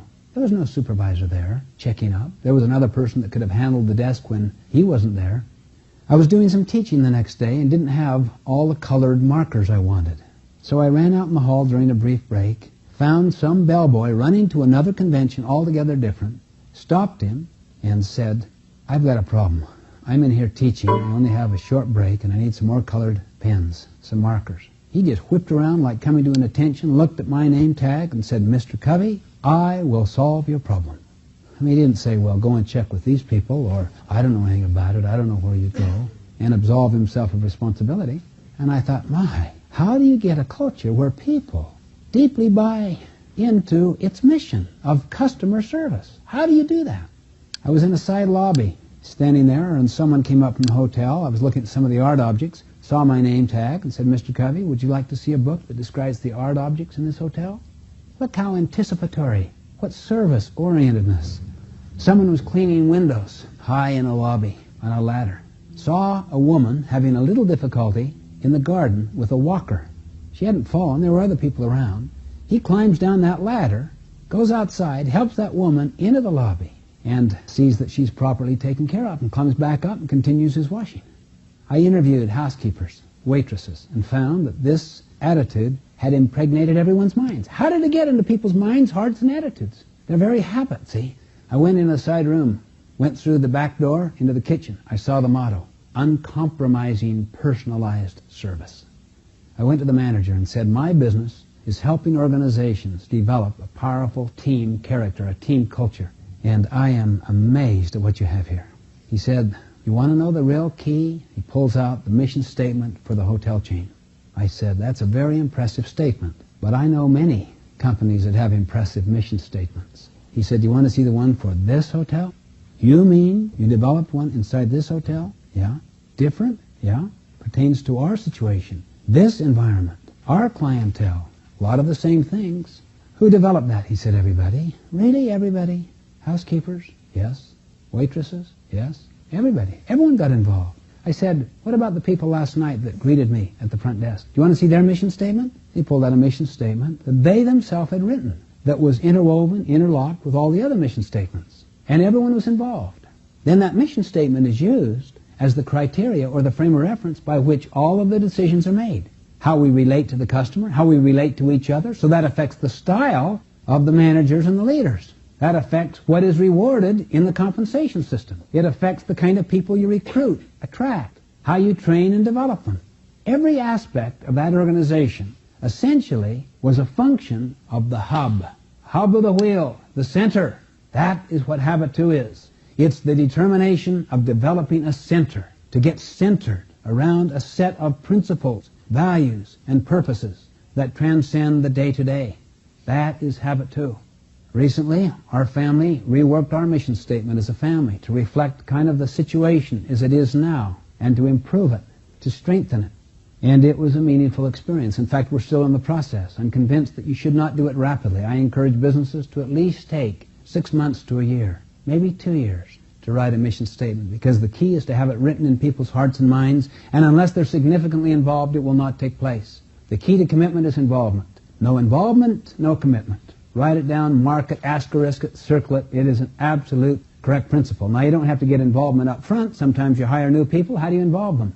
Deep education. Training them. What does it mean to serve the customer this way? Why is it we have this? Train them before you bring them on board so that they buy into the mission statement before they come on board. It's like the United States Constitution. It's fundamentally changeless. You can change it. We've had 26 amendments, 10 of which were in the original Bill of Rights, only 16 really, but over a 200-year period.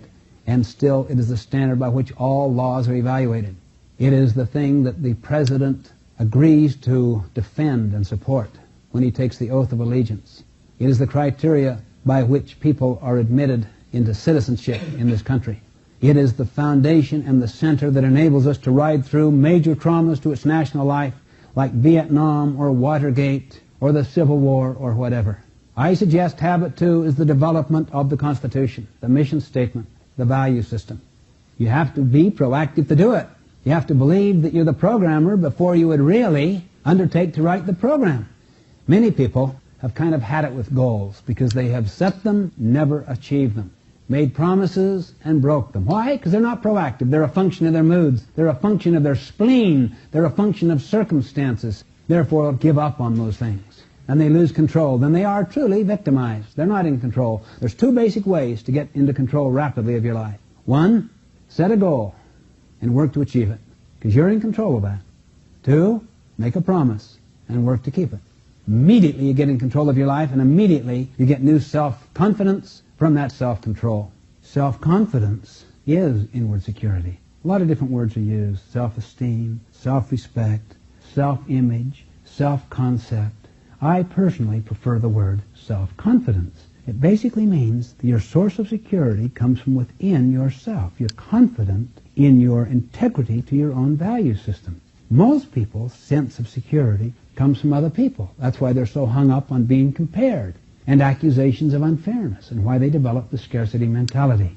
But if people will cultivate the intrinsic sources, such as continued PC on self, getting close to nature, building a family relationship where you have unconditional love supplies, living with integrity toward your own value system, sharpening the saw regularly, anonymous service where you desire no recognition, those kinds of sources feed an internal source. It's not based on people's opinions or on comparisons. I want you to think on this for a moment and get yourself into the frame of mind of attending a funeral of a dear one. In your mind's eye, see yourself driving to that funeral, arriving, it's being held at a church, getting yourself situated in a back seat. And you come to a growing awareness that it is your funeral, that it is you in that casket 3 years from now. There are 4 speakers. The place is packed. And there's a great feeling of love, appreciation, and resonating value of this person, your life. The 4 speakers are these: 1 from your family, not just your nuclear family, but aunts, uncles, cousins, grandparents have come from all around the country to attend. 1 from your friends that give a sense of what you were as a person, as a friend. 1 from your work, your profession, or outside activity, and 1 from your church or some community organization where you've been involved in giving service. Now think, what would you like to have said 3 years from now about you? As a member of an intergenerational extended family, as a friend, as a working associate, or a public servant. What would you like to have said about your character, about your contributions, and about your achievements? Think carefully on those roles and write the eulogies. Think for a moment. Family. What kind of a father, mother, husband, wife, brother, sister, son, daughter? What kind of character, contributions? Think. Write the eulogy. What kind of a friend? What kind of a working associate? What kind of a manager, executive? What kind of a public servant, church servant? Did you make a difference in people's lives? Would you want to? Write the eulogy. You're in control. Habit 1 is the habit of personal vision. Habit 1, you're the programmer. Habit 2, write the program. You're writing it. You're writing not only a mission statement, but you're breaking it down into the specific roles and the goals which attend those roles that you want to have accomplished in each of those roles. In that way, you have not only prioritized your life, you have balanced it. You've got harmony. You make sure that all the major roles of your life you attend to on a weekly basis, so you don't get totally absorbed, taken over by some one dominant role like a work role, and end up taking major withdrawals from the emotional bank account with the nearest people of your life, and thereby climb this great ladder of success, only to realize it is indeed leaning against the wrong wall. Welcome to tape 3 of the 7 Habits of Highly Effective People. Highly effective people do not really manage time. They manage self. Instead of reacting to the urgent and being caught up in the thick of thin things, effective people plan and execute according to their deepest priorities, as Stephen explains in Habit 3, entitled Put First Things First. Habit 3 is the time management habit of putting first things first. Habit 3 is taking habit 2 and making it happen. It's organizing and executing around your priorities. Habit 2 is those priorities. Habit 3 is doing it. Habit 3 is the discipline. Habit 3 is the temporal or the physical creation. Habit 2 is the mental creation or the spiritual creation. All things are created twice. Therefore, I suggest that you immediately begin a process that takes time to develop and write on paper and into your mind and heart your personal mission statement, your value system, and do it with your spouse for your marriage, and do it with your entire family for your family, and do it with your work group and your department and your division and the company. As much as you can possibly do as far as your influence goes, that's habit 2. Then organize everything else around it and carry it out, even if it means you say no to other things that people think are popular with them. Because what you're really doing is saying yes to what is most important. Look at a diagram we could call a time management matrix that is made up of 4 different quadrants. You'll notice that quadrant 1 is made up of things that are important and also urgent. Now let's define these terms. Important means it attaches to habit 2. Your mission, your roles and goals. That's what's important. It's habit 2. You've decided what's important. You've decided the wall to lean your ladder against. You've decided the direction. That's important. Now what's urgent? Urgent is that which is pressing upon you, that which gives a sense of urgency. You must act upon it, like a ringing phone. That phone that's ringing may just be a total waste of your time. It's not attached to your mission, your roles or goals at all. But it wants to be answered. And you could get easily sidetracked and go into management of the wrong things in the right way. Quadrant 1 is important and also urgent. We usually call those problems, crises, and they need to be attended to, or you don't survive. Or if you've got an important meeting come up, that would be quadrant 1. Because if you don't attend that meeting, you're going to have a major problem. What's quadrant 2? It's important, but not urgent. That means it attaches to your mission, your roles and goals, but there isn't a sense of now about it. What's quadrant 3? It's urgent, but not important. It's pressing, it's proximate, it's in front of you, it's that ringing phone, it's that unanswered mail. It's all of those other distracting things that are important to other people, maybe, but they don't really attach to your overall mission or the organization's overall mission. What's quadrant 4? It's a combination of being not urgent and not important. A lot of time wasting, pleasant things, extensive Monday morning quarterbacking, extensive television, unnecessary meetings, unprepared meetings, interruptions that can just consume the entire day, where you're very busy all day long and at the end of the day feel like I accomplished nothing. Now what I'd like to ask you to do, if you would, is to think of one activity in your life, one activity that if you did superbly well and consistently, that you absolutely are convinced it would produce marvelous results, the kinds of results you desire. Think of one activity. Think of one in your personal life, and then think of one in your work life, your public life, okay? Now just think for a moment. For instance, someone might say, if I were to spend deeper one-on-one time with my key associates at work, and with my loved ones at home. I'm convinced that those kinds of deposits would make a big difference on the kinds of results I want. All right. Now, what quadrant is the thing you wrote in? There's only one quadrant. It's two. It's two. Notice the question. One activity, you know, if you did it superbly well and consistently, that it would have marvelous results. Already you've said it's important, and you're also saying it's not urgent, or you'd be doing it. See, you do it superbly well and consistently. It's in quadrant 2. Where is PC, my friends? Where's PC? It's 2. Where's prevention? 2. Where are problems and crises? 1. Where's production? P. 1. PC. 2. Where's opportunities? 2. You will find as we go through these 7 habits, every one of them is in quadrant 2. Quadrant 2 is the entire key to management. You're working on the high leverage activities. Pareto, the great Italian philosopher in the field of efficiency, came up with what's called the 80-20 rule. 80% of the results flow from 20% of the activities. Those are all quadrant 2 activities. All of them. What do you think happens to quadrant 1 if you neglect quadrant 2? If you neglect prevention, what's going to happen to problems? It's going to grow and grow until there's almost no other quadrants. It may consume your life. That's called management by crisis. And management by crisis just beats you up, burns you out, fatigues you, gets very, very large. What's going to happen to quadrant 1 if you attend to quadrant 2?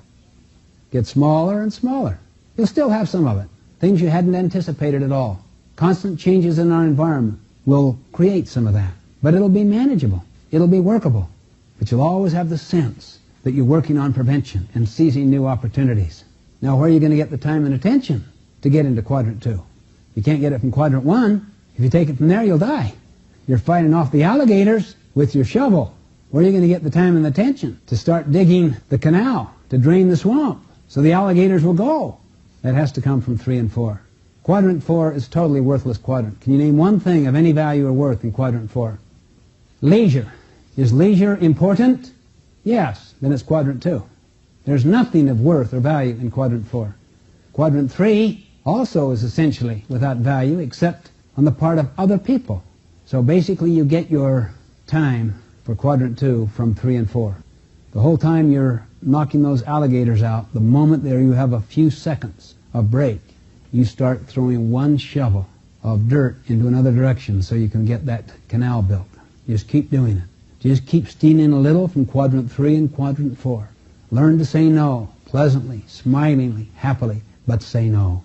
Because in saying no to quadrants 3 and 4, you're saying yes to quadrant 2. And when you say yes to quadrant 2, you make quadrant 1 increasingly small. And you're working on things that will matter most, not on things which matter least. Things which matter most, Goethe wrote, must never be at the mercy of things which matter least. However, the problem is it takes certain capacities to work on quadrant 2.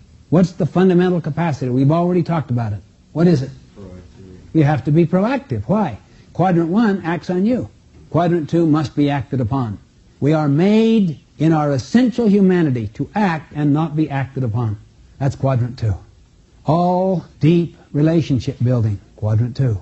Planning and organizing, quadrant 2. Personal preparation, quadrant 2. Exercise, quadrant 2. Reading, broad, deep reading, continual education, quadrant 2. Quadrant 2 is the key. Most time management programs will teach you a checklist approach toward day-to-day planning, and you'll be essentially doing not much more than reorganizing today's crises. You have to have a longer view, at least a week, and that on the basis of even a huge view of a month, a quarter, semi-annual, annual, long-term, the 3 years, let's say, before you attend your own funeral.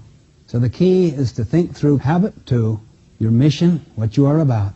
Habit 3, to organize your life around those priorities and those values and to live by them. Again, let me summarize 2 and 3 together. Habit 2 is your mission with your roles and goals. Habit 3 is your scheduling around those roles and goals and mission and disciplining yourself to execute accordingly. Now, your time tool is your servant, not your master. People are always more important than things. So many times you will just simply subordinate your tool, your schedule, to a higher need. You don't think of people in efficiency terms. I had a son who was into that for a period of time, heavy efficiency on everything, and he had for his checklist that day to pick up some books, to wash his car, to drop Margaret, to get his schedule organized, and so forth. Problem is, they were all things except for Margaret. But they'd been going for a long period of time, and he'd finally come to the conclusion it's not going to work out. So, congruent with his efficiency model, called up on the phone, scheduled about 10 minutes for the visit, and dropped her, which was very traumatic and upsetting to her and involved a great deal more, but he was into efficiency. You don't think efficiency with people. You think efficiency with things. You manage things and lead people. So sometimes you have to bag your schedule for higher values. But if you've got habit 2 deep inside your heart and mind, you've got those higher values driving you. So if other things come up that seemingly upset the schedule, so what? The schedule is not important. What's important is your value system and your integrity toward it. So you'll immediately adapt. You're flexible. You're not hung up and guilt-tripped by changing a schedule or by not meeting some schedule. I've seen many parents, particularly mothers with small children, have a lot of hopes and desires to accomplish so many things, but all they did is meet needs of little children. And they've often been frustrated. Why? Frustration is a function of our expectations, our schedules, our expected pattern, not of our realizations. But if people are deep into mission and values, they can subordinate that schedule to the value and to the mission. And if that mother has a lot of little children around her, preschoolers, she can totally feel comfortable in accomplishing nothing but meeting needs and giving love and providing. Stephen next reviews habits 1, 2, and 3 and outlines specific personal benefits that are attainable as one cultivates the first 3 habits. My friends, let us review now the first 3 habits so that we feel a good and deep understanding about these habits. First is the habit of personal vision we call be proactive. Second is the habit of personal leadership we call begin with the end in mind. Third is the habit of personal management we call put first things first. I suggest there are 4 unique human endowments that animals do not possess necessary to fulfill those 3 habits. Habit 1 requires self-awareness. The awareness that you are not a script, that you can think about your scripts, about your programs, and begin the process of self-programming. Habit 2 requires the unique human endowments of imagination and conscience, where you can detect and invent meaning in any given set of circumstance. You can write your own mission statement, your own roles and goals. Habit 3, the habit of personal management, is the second creation. It is the physical creation. It is the execution and requires the human endowment of willpower. Exercise independent will when you don't want to do it, because you're not a function of what you want to do, you're a function of your values. That is the very nucleus of character. To do what you know you should do when you don't want to do it, because you know eventually what it will produce, and above all, you're maintaining your integrity. Now, I want to show what happens when people cultivate those 3 habits. It produces an internal source of personal security. It produces a sense that I am in charge of my own life, a sense of self-reliance, of independence. And you don't get your sense of worth from being compared with other people. You see, most people have derived their sense of value and worth from such comparisons. In the academic world, the normal distribution curve. In the social world, if you belong because you conform to certain norms and expectations. In the athletic world, you're number 1. Or you're not, you're number 2. Most of people's experiences have given them a sense their worth is based on other people's opinions. It comes from an external or an extrinsic source. If love is given unconditionally in the first few years of children's lives, it gives them an inner sense of security that will last them the rest of their life. If it is given very conditionally, they begin to define themselves in relation to other people with whom they've been compared. Now, if they want to exercise their proactive capacities and write new scripts, it's as if they're giving themselves a new childhood. Otherwise, those scripts will direct them, guide them, and haunt them for the rest of their life. The child is father to the man. psychic determinism teaches. It is a lie, but for people who believe it, it's true. When you move onto a totally different path, a different road, as Robert Frost wrote in his poem, The Road Less Traveled, two paths diverged in the woods, I took the path less traveled. That made all of the difference. I'm talking about a totally different path. It's habits 1, 2, and 3. It's building your security on your integrity to your value system. That's what it is. That's character. Now what happens? Do you want to see the immediate fruit? You don't compare yourself with others. It produces what I call the abundance mentality. But if people have been deeply scripted into comparison for their sense of personal worth, they develop a scarcity mentality. There's only so much. Only so many people can be A students. Only one person can be number one. Then they immediately begin to compare themselves with other people. Those individuals have a hard time being happy for the successes of others, particularly if those others are right around them, even members of their own family. They may experience a marvelous success, and they might say to those, oh, I'm so happy for you, that's wonderful, but inwardly they're eating their heart out.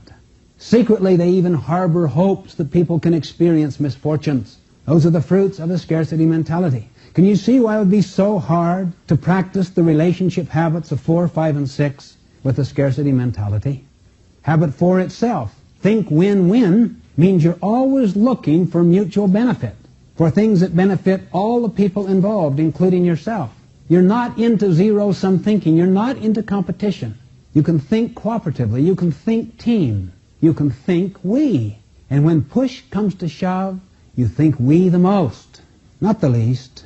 You don't immediately revert to that scripting unless habits 1, 2, or 3 are not deeply grounded inside the character. Then, out of a scarcity mentality, you might learn the personality techniques of win-win. But when push comes to shove, when the storms descend, what you really are will surface, and you're both inwardly torn, ambiguous, and duplicitous. And that eats at people, drains their energies, it produces psychosomatic illnesses. There are so many fruits of being inwardly conflicted. Trying to become all things to all people, you end up becoming nothing to everybody, including yourself. In one of those books I read in the Literature Review, Erich Fromm writes a paragraph at the end of The Sane Society, which capsulizes what happens when people get their sense of worth from other people. He put it this way: today we come across an individual who behaves like an automaton, who doesn't know or understand himself, and the only person that he knows is the person that he is supposed to be, whose meaningless chatter has replaced communicative speech, whose sense of dull despair has taken the place of genuine pain, and whose synthetic smiles replace genuine laughter. Two statements may be said concerning this individual. One is that he suffers from the defects of spontaneity and individuality which may seem to be incurable. At the same time, it may be said of him, he does not differ essentially from the millions of the rest of us who walk upon this earth. In other words, he's become alienated from himself and victimized, driven by the agendas, the schedules, the scripting, the programming of other people, other generations, or whatever. In fact, Martin Buber, in his brilliant book, I and Thou, traces the secularization of the culture similarly. I and Thou stands for I and Thou, God and His children. Thou, see, reverence.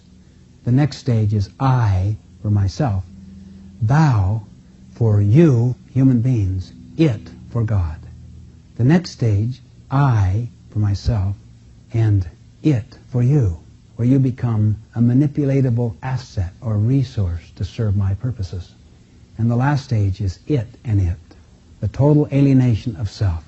And when the culture gets mature and ripened in an alienation from the value of human life and the respect for the dignity of the individuals that are there, including employees and customers as well as loved ones, children, parents, and so forth, then a whole different paradigm pervades the culture that tends to become very alienating and dehumanizing, mechanistic, producing great misery and unhappiness. And then all there's left are pleasures, short-term gratifications. And the higher purposes that a person has thought about their own life are not being served.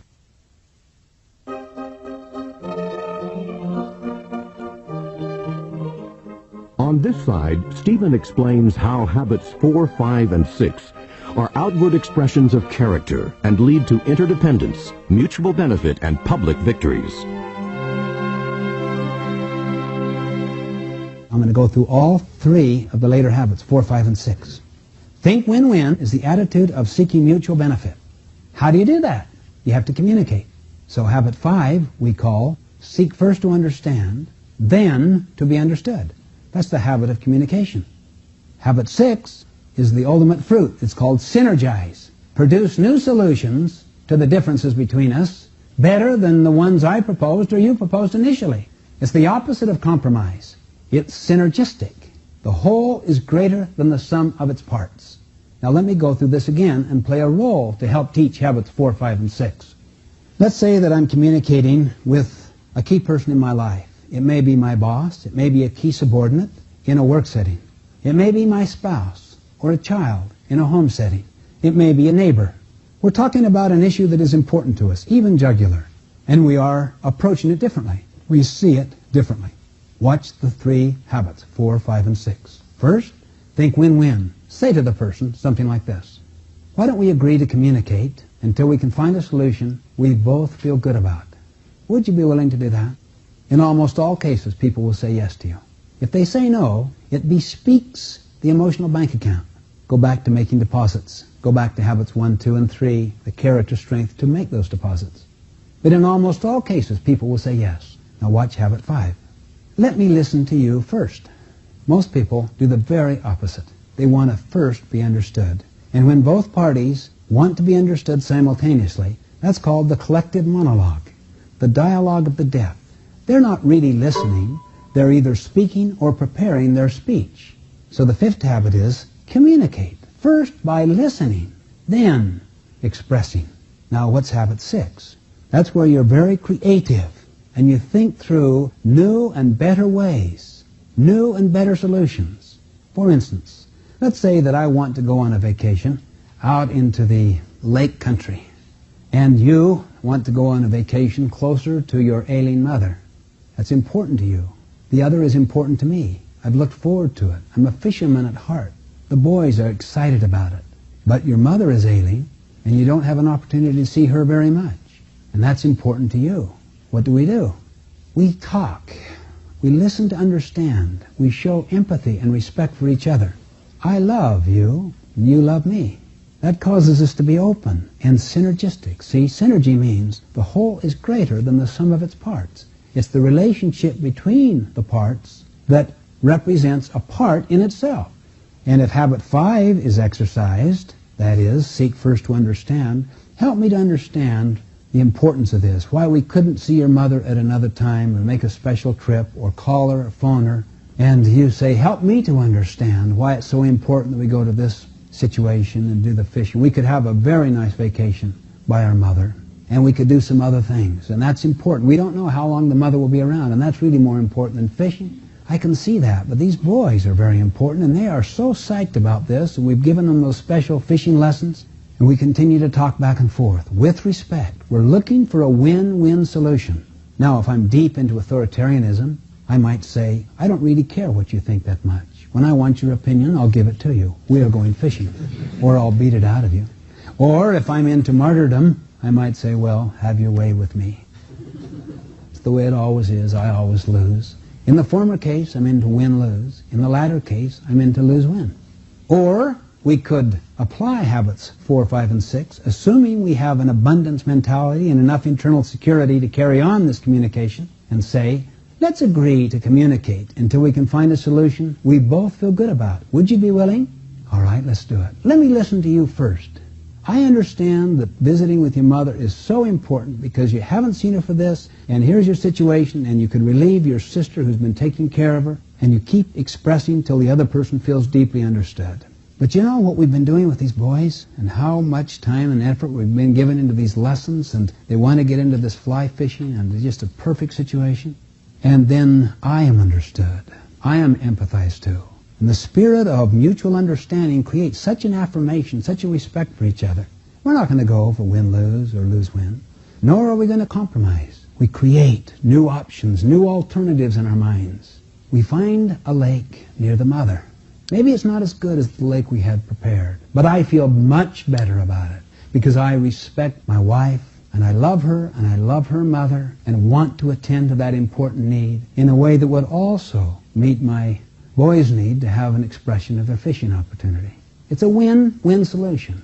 Is it compromise? No, it's a better solution. Some might say it's compromise. You really wanted to go to this lake. You're compromising. Not so. I really don't, because I care about my wife and I care about her mother. Neither is it a compromise to her. She doesn't want to see those boys just climbing walls while she tends her mother, takes care of her, has some good family visits. She'd like to see those boys involved in doing the thing they've been preparing to do, so they go for a win-win solution. Now, this little story could be amplified in any conceivable situation, my friends. Seriously. I am convinced that almost without an exception, if people practice 4, 5, and 6, they can take almost any difference and produce a third alternative better than either of the other two. I've done it too many times in negotiating proceedings, in team building, in legal battles and warfares, even with marriages that are broken. Get deep into habits 4, 5, and 6. Listening, communicating with respect. Then use your creative capacities to produce options or alternatives that would have win-win benefits in them. It takes time, it takes patience, it takes habits 1, 2, and 3. It takes character strength. It takes the internal security that comes from being true to your own value system. Now, I'd like to go a little deeper into each of these 3 habits. Win-win is not just some cute expression. It is not a technique. It is not some cosmetic idea. Win-win is a total philosophy of life. It's the golden rule in action. And I suggest it embraces at least 5 dimensions. First, character. Habits 1, 2, and 3. Second, the quality of the relationship, the emotional bank account. Third, the agreements that are made, or the expectations that have been created. Fourth, how you organize structure and system to reinforce that win-win relationship and the win-win agreements. And fifth, the processes of how you do the other 4, so that you cannot do it in a way that violates natural processes. Whether you like it or not, we're going to go for win-win. You can't do that. I might also say this. Not all agreements will be win-win. Not all decisions that will be win-win. The key thing is that relationship. You have a high emotional bank account with me, and you say to me, Stephen, I know you won't like this decision. I don't have time to explain it to you, let alone get you involved. Will you support it? I know you think it's wrong. Will you support it? You have a $200,000 bank account with me. Of course I would. I would hope you're right. I'm hoping I'm wrong. I'm going to make your decision work. Sometimes, because of situations and time, you have to behave in authoritarian or win-lose ways. I could even conceive of times when you might go for lose-win because of the emotional bank account in the relationship with the person. However, you don't behave in ways that take withdrawals from the emotional bank account, because that violates the relationship, which enables a win-lose decision to work, that gives you the flexibility to make it work. If you have an overdrawn emotional bank account and you say to me, I know you don't like this decision, but will you sustain it? I might say yes to your face, but behind your back I'm going to torpedo that. And I'm going to do what I can to make sure others do too. It didn't work, did it? What do you want us to do now? Could be my attitude. Malicious obedience. I have lived 5 years in Great Britain. Twice I saw that country come to its knees because the train conductors were maliciously obedient in following the checklist of all of the rules and procedures written on paper. The only way that enabled those trains to arrive and leave on time is because people use their ingenuity, their creativity, their resourcefulness to do what's necessary to accomplish a result. So the key thing is the quality of the relationship, of which of course comes out of character. Can you imagine trying to build trust if you or I are not trustworthy? However, in the long run, you want to go toward win-win agreements, particularly when it deals with people's basic stewardships, their basic jobs, the basic thing that they are about, because they are very important, very jugular to them. Then you want to organize your systems to support that. For instance, what if innovation is important? You want to organize a system to reward innovation. What if cooperation is important? You want to set up a system to reinforce cooperation. One time I was in a business where the president asked me to help build a spirit of cooperation, and I said, is the problem in your people or in the systems? He said, look for yourself. Test for yourself. Sure enough, you could feel a kind of selfishness, an unwillingness to cooperate, resistance, defensive communication. But I still pressed the question. I can see that there's an overdrawn emotional bank account there, low trust level, but is it because of people or systems? What is it you can do something about? He said, I think it's people. I looked up on his wall, and there was a curtain which you would open once a week, bringing all of the managers in front of it. And on the front of every horse on this horse race, behind this curtain, was the face of that manager. And over on the right side of the board was this travel poster of a beautiful Bermuda scene of a couple walking romantically, lazily down the beach, a white sand beach. So he'd bring them in front of that once a week and say, let's cooperate, help each other. We'll all make more money if we do this. Then he'd turn to the board, pull the curtain and say, who's going to make the trip to Bermuda? It's like saying to this flower over to your left, grow, grow, and watering the one to your right. It's like saying, firings will continue until morale improves. You need to have win-win philosophy built into your systems. You get into forced ranking, you get into normal distribution curving, and you're going to produce scarcity mentalities. And in spite of all of the rhetoric around cooperation and innovation, you'll produce conformity and competition and defensiveness and interpersonal conflicts and interdepartmental rivalries. And these things are rife in many organizations. So win-win is a total philosophy. And all we can do in this presentation is to deal with it in a very simple way and to point out the various dimensions. There is so much more that if we had time we could go into. Sometimes it appears as if you cannot work out a win-win deal. There's another alternative. It's called no deal. No deal. Don't hire the person. It's not going to be win-win. Work out a new job assignment. Go into outplacement services where the person can find a job that is win to them. Relocate, reassign, retread, create new opportunities. Sometimes you go for no deal. We agree to disagree agreeably. I'll tell you the marvelous thing about the no deal option. You'll stop manipulating. Let's say you want something very bad in your business or in your family life. You want it real bad, okay? And it involves other people's cooperation. Just try it. Say to them, I only want to go for win-win. I want you to win and I want us to win. I would not feel good about it if we got our way and you did not win and feel good about it, because downstream that would haunt us both. It would be a withdrawal and eventually it would surface. But I don't think you'd feel good if you got your way and we didn't get ours and we didn't feel good about it. Let's say that it is a buyer's market and you're dealing with a vendor or a supplier. How easy it would be to go for win-lose. You'd get yours in a seller's market because you've taken a withdrawal. But how much more PC there would be in it if you said, what can we do to help you? You helped us come through struggling, tough times. We're going to help you. We're going to repay you for that. To where there's a great confidence given to you because of the emotional bank account has had so many deposits into it. Then say to the person, if we cannot work out this win-win deal, let's agree to disagree agreeably. Let's go for no deal. It's better. Then I don't have to have hidden agendas. I don't have to manipulate you. I can be very open. I can try to understand the deeper issues underlying your positions. I don't have to get into positional bargaining, where we fight from each other's positions and we're each talking to our own constituencies. We can avoid that whole scenario. Let me see if I understand. What habit is that, my friends? 5. Seek first to understand. If we were to take the air out of the room that we're in right now, what would happen to our interest in this material? Well, obviously, we all know what would happen. We only want air. Now that we have air, does air motivate us? That's one of the great insights in the field of human motivation. It is only the unmet need that motivates. Once you have air, air does not motivate you. It's only the absence of air that motivates you. You know what the equivalent of air is in the field of communication? Habit 5. The deepest hunger of the human soul is to be understood. Once a person feels understood, they relax. Defenses are lowered. They become open. If the trust level is, emotional bank account is overdrawn, they may not want to be understood. They don't know how you're going to use it. So you'll have to figure out other ways to make deposits. A deposit must be perceived by the other person as a deposit, not by you as a deposit. What you may think is a deposit is a withdrawal to them. That's why habit 5 is the key. You've got to get deep into their head, empathic, where you understand how they see it, how they feel about it, and they feel that you do. That's habit 5. That takes energy, tremendous energy. So much harder to listen in that kind of depth, with that kind of empathy, than it is to speak. There have even been machines put on people to test who's using the most energy. It's the listener.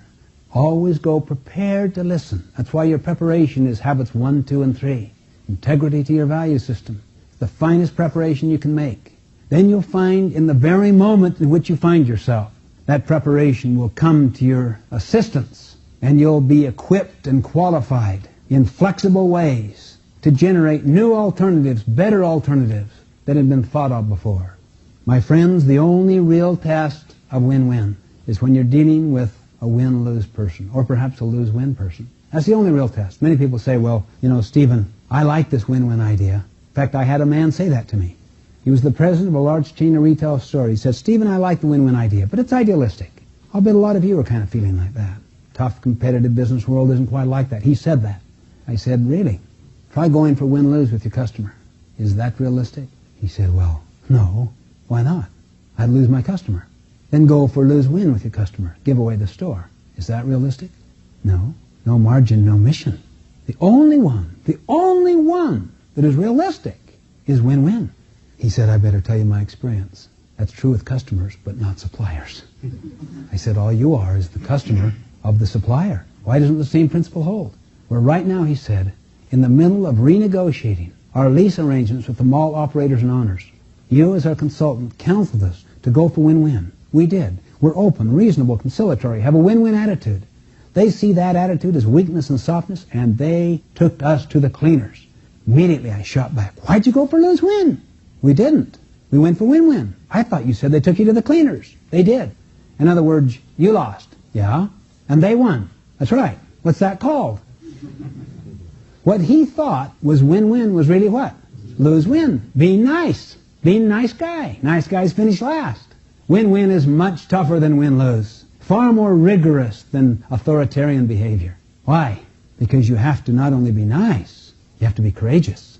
You not only have to be empathic, you have to be confident. You not only have to be considerate and sensitive, you have to be brave. It's the balance between courage and consideration, the balance between self-respect and respect for others. That is the essence of habits 1, 2, and 3, which enable you to practice habits 4, 5, and 6. I hope you're beginning to sense the sequential nature of how these habits are organized and are inwardly becoming persuaded that you need to do the character work before you work on techniques and personality. You simply cannot harvest the crop if you have not planted in the spring, watered, weeded, and cultivated during the summer. There is no quick fix. When you emotionally accept that, you stop looking for them, and if you have a strong sense of mission and sense of values, you go to work. So much depends on the emotional bank account as to whether or not you can work out good win-win agreements. If it's a little overdrawn, if the trust levels are rather strained, possibly all you come up with is compromise, not synergy. Compromise means 1 plus 1 equals 1.5. Synergy means 1 plus 1 equals 3, 4, or 5. Most industrial disputes end up in compromise. Most legal suits end up in compromise on the courthouse steps. It's better than continuing the fight, obviously, because win-lose against win-lose produces lose-lose. And sometimes it's the only realistic thing. And you might, if you want to, call it a synergistic compromise. But the real essence of synergy is that the whole is greater than the sum of its parts. As one put it, I want that window closed. I want it open, closed, open, closed, open. Look at the ego battle around that issue. People can invest their ego into their position, see? The key is to practice habits 4, 5, and 6. Why don't we communicate till we can find a solution we both feel good about? Habit 5, let me listen to you first. Why is it you want that window closed?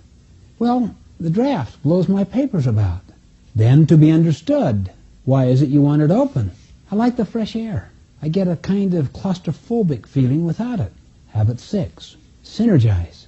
What could we do to give the fresh air without the draft? We could open the window in the next room. It's a better solution. It's not a compromise solution. I think it's better, even though I wanted that window open, because I care about you. And the human relationship is certainly as important, if not more important, than the physical environment. However, if you're into an overdrawn emotional bank account to where you don't particularly care, then you are hung up on your positions. And you might call such a final conclusion a compromise. It all depends on that emotional bank account. So does your leadership style depend upon the emotional bank account. For instance, if you have an overdrawn one, how will you lead and supervise other people? Hover over, check up, follow through, direct. Isn't that right? Trust isn't there, so you got to control them. Otherwise, they could go wild. Now, what if the emotional bank account is high? What's your method? Get out of their way. As long as you have an upfront win-win agreement and they know exactly what's expected, all you have to do is be a source of help to them, to be a servant leader, and to get out of their way. You still would hold them responsible for the commitment they made when you established the win-win agreement. Let me illustrate with a little family story. In a family meeting, we were all volunteering to do different jobs. We wrote down our goals, things we wanted to accomplish, things that were important to us, and then we asked who wanted to work on those goals. I was the only one with my hand up to pay the mortgage. Not one other person volunteered. When we first did this, my wife had a newborn. She was the only one that agreed to feed the newborn. No one else. And her job looked like a 60-hour week. My job was pretty heavy too. So when it came to the other jobs, everything was put into perspective. A win-win agreement is an effective tool to clarify and manage expectations. It also creates a standard against which people can measure their own success. Stephen next outlines the 5 essential elements of a win-win performance agreement. Now here are the basic elements of a win-win agreement. You'd like to know how to get your kids to do their jobs cheerfully without being reminded? Take notes right now. You'd like to create a situation where your employees will be internally committed to what you want them to do? Take notes. You want that supplier to live by the agreement? Take notes. There are 5 basic elements to this win-win agreement, this performance agreement. First, desired results. What is it we want accomplished? Second, guidelines to work within, like values, even no-nos, things they should not do, things you know will fail. Identify them. Those are guidelines. Third, resources that they can draw upon to work within those guidelines to accomplish the desired results. Fourth, accountability, so that there is a strict sense of being accountable to accomplish those desired results, and when that accountability visit will take place, and what criteria will be used to indicate those results have been accomplished. Fifth, consequences. What things will result if the results are accomplished? That's where you would have your compensation system tied in there, or promotions, or psychic rewards, or where possibly you may have to give a new job, a smaller job, or perhaps a larger job. Plus you have all of the natural consequences that happen you should identify if the job gets well done. How well it lubricates the whole business. How well it enables the entire family to accomplish its larger purposes. I know in our family mission statement, the first part of it reads like this. Our family mission is to create, notice the proactive language, to create a place of order, love, happiness, and relaxation, and to provide opportunity for each person to become responsibly independent and effectively interdependent in order to accomplish. Welcome to tape 4 of the 7 Habits of Highly Effective People. As Stephen next describes in his presentation of Habit 5, entitled Seek First to Understand, Then to Be Understood, learning how to communicate effectively and empathically is one of the master skills in life and is the key to building win-win relationships. I'll tell you what the real challenge is in going for win-win performance agreements. It's the listening process in getting out how they really see it and how they feel about it. See, people have a lot of stuff in them, and you can't put new wine in old bottles. You've got to get it out. And often it takes time to build the emotional bank account before the trust toward you is high enough that they're willing to express themselves. That's why Habit 5, seek first to understand, then to be understood, is the essence of our professionalism. Habit 5 is the habit of communication. Seek first to understand, then to be understood. Can you imagine taking glasses off somebody and giving those glasses to somebody else? Well, let's try it for a second. I take your glasses, my friend. It's obvious you need new glasses, and I think you'll really like these. Like them? No. He liked them. Don't you like them? And don't they look good on him, everybody? They're tremendous. You wear them a while, you get used to them. Like them better? No. No. Try harder, my friend. This is the company way. Still can't see. Still can't see? What a negative spirit in that. Think positively. Nothing wrong with this program that a good positive attitude can't correct. Like them now? You going to be part of this team? No. I can't believe your attitude. After all we have tried to do for you. Son, your mother and I for many years have attempted to distill a few pearls of wisdom for your benefit. You like them now, son? No. No. You are the most ungrateful. Do you have any idea the kind of sacrifices that your mother and I have made for you? Yes. Well, then be grateful and appreciative of what we've done for you. Like them now, son? No. Can you imagine the ingratitude of this generation? Thank you. See, the natural tendency in most people is to prescribe out of their own autobiographies. Let me tell you about my experience. Or let me tell you how I pulled myself up by the bootstraps.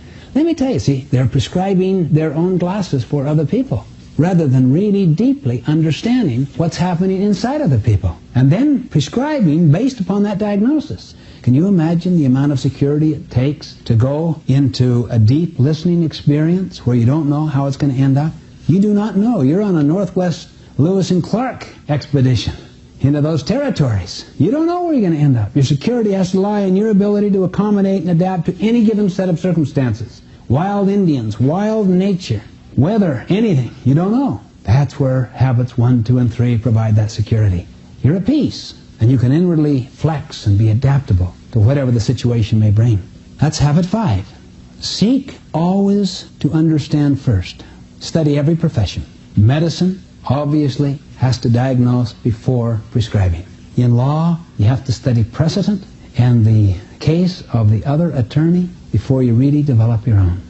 In engineering, you have to study the stresses and the forces that are at play before you design the bridge, the road.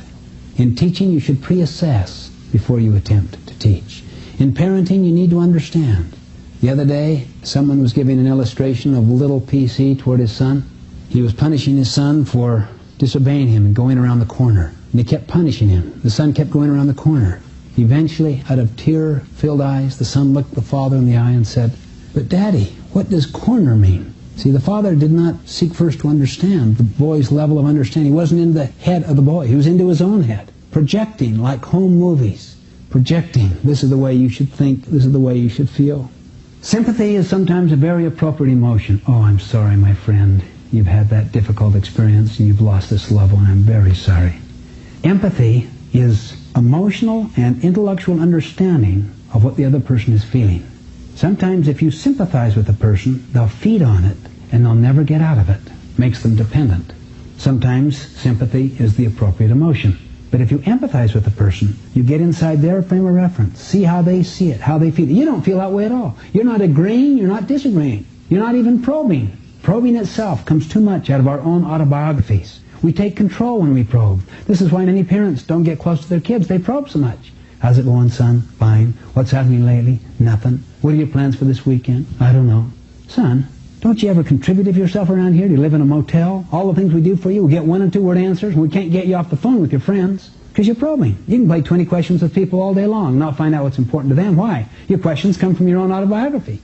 In empathy, you listen with the eyes. You listen with the right brain more than with the ears. You listen for feeling, for meaning. You don't even need words to come back. You listen for behavior. You sense. You intuit. You feel. Then you can begin to have deep sensing, deep understanding of what's happening and the basis to really know what would be an appropriate win-win approach. I had one father say to me, "You know, I can't understand my kid. He won't listen to me at all." Let me restate what I heard you saying. You don't understand your boy because he won't listen to you. That's right. Let me restate it again. You don't understand your son because he won't listen to you. That's right. What's your point, Stephen? Well, I thought to understand another, you needed to listen to them. Oh, yeah. Well, I already understand him. I mean, I've gone through it. I could tell you the things. Now, that's your autobiography. Do you listen from within the frame of reference of another? That takes not only skill, but emotional strength, which comes out of habits 1, 2, and 3. That's why most people cannot listen in depth. What are you risking if you deeply listen to another? You might be changed. And unless there is a changeless core about you, that is your integrity to your own changeless value system, you can't afford that risk. You don't know what's going to happen. People who act as if they don't care about other people's opinions care too much what other people think. That's why they're defending themselves against listening. Why? They're too vulnerable. They could be wiped out. What if they didn't like me? Where would I go and hide then? What would I do then? The real strength of the ability to practice habit 5 comes out of the first 3 habits. The ability to listen. And 4 and 6. 6 is merely the creative side of habit 5, where 2 people interact back and forth and produce new and better solutions. Most people, however, are scripted into fight or flight. Seriously. Fight or flight. Take them on, fight them, give up, capitulate. Fight, flight. Both immature communication patterns. One of the two must develop the third alternative. Let me see if I can understand you first. Most people would say, well, I understand, but he or she won't try. You don't understand enough. There's reasons why the other person won't understand. There's psychological dynamics at play. And it doesn't take any big professional training. You don't become an amateur shrink or a psychoanalyst to figure out. You just simply try to listen from within the frame of reference of another. I hear you saying, I sense your feeling. Now that's hard, particularly when you think otherwise on a jugular issue with a person that's close to you. Very hard, but you can do it.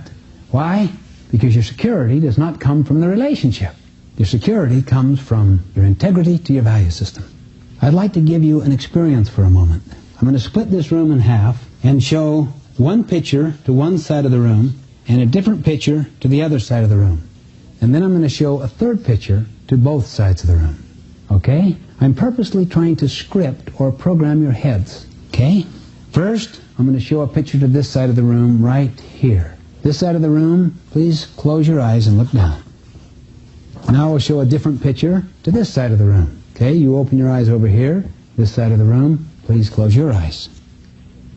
Thank you. Now I'll show a third picture to both sides of the room. Everyone look at this one.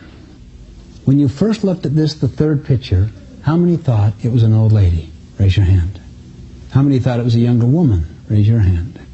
I do this all the time all over the country. And in 1 second of conditioning, it will split a room in half. There'll be a few exceptions. Those who were conditioned by the first picture to see the young girl would see the young girl in the third picture. Those conditioned to see the old lady would see the old lady in the third picture. Then I get them to interact with each other. Now they are aware they've been programmed, so their interaction is far more respectful. Also in some of our training programs, we haven't told them about being programmed. We've just included different pictures in their materials. So they were unaware of the scripting or the programming. And then when they interact with each other, that's when you see the sparks fly. What do you mean, old lady? She's lovely. She couldn't be more than 20, 22 years old. Oh, come on. You've left your tree. She's 70. She could be pushing 80. Really. Then you see the constant ego battles, and people invest their ego even more into it. It exacerbates the problem, and you discover one of the greatest insights in the field of communication, that 99% of all of the problems start with early misunderstandings. Why? Because we do not see the world as the world is, we see the world as we are. That first condition in experience causes us to interpret lines differently. The only fact you have up here is a line. What do you think it means? One says that's the old lady's mouth. The other says that's the young girl's necklace. That's called the aha experience, my friends. This is one reason why great consultants often say effective executives don't go for facts, they go for opinion. It's opinion that gives meaning to facts. It's our prior experience that enables us to interpret these facts in different ways. Therefore, habits 4, 5, and 6 are the spirit of let's talk it through, listen to each other, until we can see each other's point of view. And in this little demonstration are embodied habits 4, 5, and 6. Now, for those who have seen these pictures before, at any time, how many, when you looked at this picture here, saw the one you were originally conditioned to see? Raise your hand. Look around so you can get an idea of the number. How many saw the opposite of the one you originally conditioned? One person. The overwhelming majority were with the group that had been conditioned in a particular way. It teaches you something very powerfully. That first impression is going to lay inside the mind and heart of a person for years to come. And if I were to return here a year from today and show you this picture again, you would see the one you were conditioned to see back there when. There'd always be a few exceptions, but they're very few. We see the world as we are, not as it is. Most people don't really believe that, though. They think they see the world objectively. They see it as it is, that they're right, and that it is illogical for two to both be right and disagree. It is psychological. They're both right from within their own frame of reference. And if there could be that kind of respect given in the human communication, where they listen, practicing habit 5, seek first to understand, then to be understood, deposits to be made in that emotional bank account, and you'd see two individuals who see it differently come to understand each other's point of view and produce the third alternative, the creative, synergistic alternative that embraces the interests and the concerns and the objectives of both into a win-win agreement. or a win-win set of expectations. Never forget how powerful 1 second of conditioning is, particularly when you think about the years and years of scripting and conditioning with the people with whom you interrelate. That should teach us all a tremendous lesson that we should never forget. Teach us to be reverent and respectful and to seek first to understand. Now that takes character strength when the tendency, the need in most of us is to seek first to be understood. I was back in Chicago, and it was a 2-day seminar on the fifth habit. I said, practice is at night. One guy came in the next morning and said, let me tell you what happened last night. I was in the hotel room. We were trying to cinch this real estate deal, a big institutional real estate deal, and the participants, the principals were there, their attorneys were there, and for the first time another real estate guy was there. And it looked as if I was going to lose the deal. And I've been working on this now for many months, over 6 months. I've had no other income.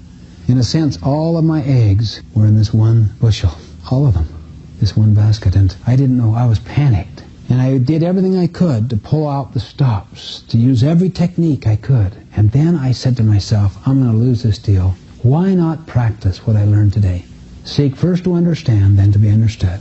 So I stopped all of my techniques and manipulations and just said to the man, let me see if I can understand what your position is fully until you feel like I understand it. And then we'll see whether my proposal has any relevance or not. And he said to the man, I really want to understand. I sense your concerns are these.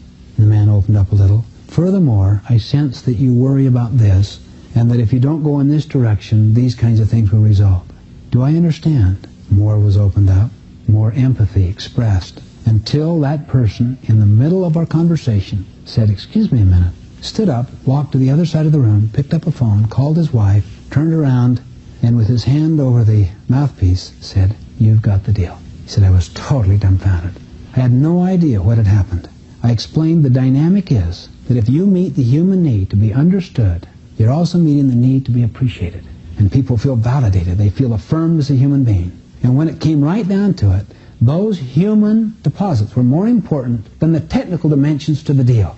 And he became aware the kind of an investment, the effort, the energy you put into it over a long period of time, and it went in your favor. Even though technically it might have been better the other way.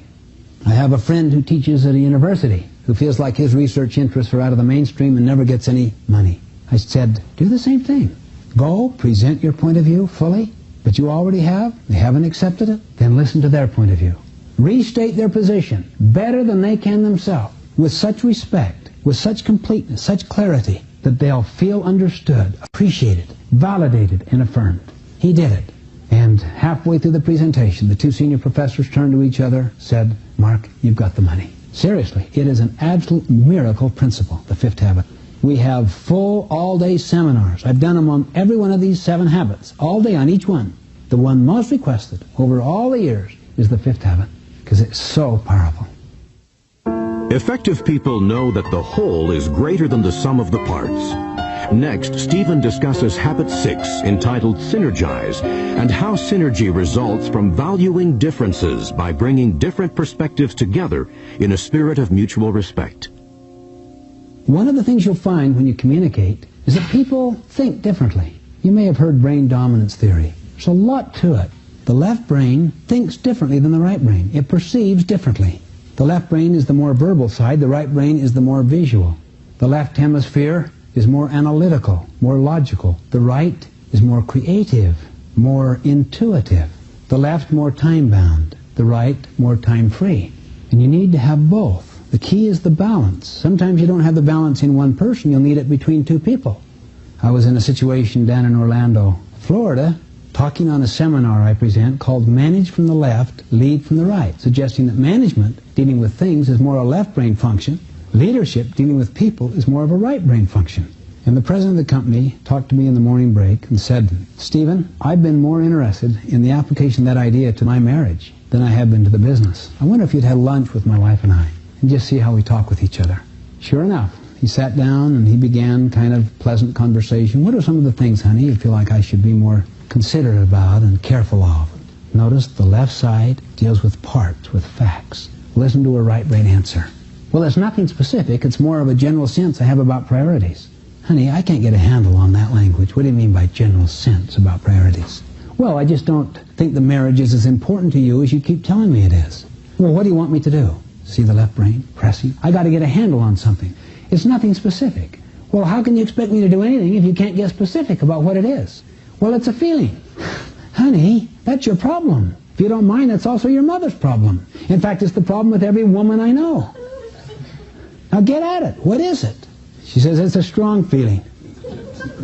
You know, he looked at me with utter disdain for her. Like, Stephen, could you endure this much dumbness in your marriage? If you can't express it, it doesn't exist, right? Then he put her through a legal deposition. Do you live where you want to live? Oh, it's not that at all. I know, but since you won't tell me what it is, I'll find out what it is by finding out what it isn't. Do you live where you want to live? I guess. Honey, Stephen's here for just a few minutes trying to help us. Can't you just give simple yes or no answers? Do you live where you want to live? I guess. Just say yes. Yes. Okay. Do you have the things you want to have? I guess. Just say yes. You know, this went on for a little while. More withdrawals. I could see I wasn't helping at all. So I intervened and said, is that kind of how it goes? And he said, every day, Stephen. I looked at his wife and she said, it's the story of our marriage. I said, you two have kids? He said, yeah. Really? How'd you do that? How many did you have? 2? That's called 1 + 1 = 4. That's called synergy. How'd you do it? What do you mean, how do we do it? That's called creative. That's synergistic. Must have come from valuing the differences. The strength in relationships lies in differences for those who have an abundance mentality out of habits 1, 2, and 3. Otherwise, differences are threatening. They're competing and a source of comparisons. Don't clone people. Define unity not as sameness, but as complementariness. So he could appreciate her tremendous right brain capacities, and she could appreciate his equally tremendous left brain capacities, and have a complementary team. That's what oneness is. It's not sameness, it's complementariness. That's a mature abundance mentality definition. Otherwise, you tend to think, since you're good with a hammer, that everything is a nail. That's Maslow's expression. He that is good with a hammer tends to think everything is a nail. They want to make other people over in their own image. Some people who think that everything is a nail are down on themselves because they're not a hammer. And they deprecate their own unique talents and capacities to use a chisel or a pair of pliers. Please hear what I am not saying. Did you hear what I just said? Please hear what I am not saying. You see, many people think they understand because they listen to what people are saying. But this person is saying, please hear what I am not saying. Don't be fooled by me. Don't be fooled by the mask I wear.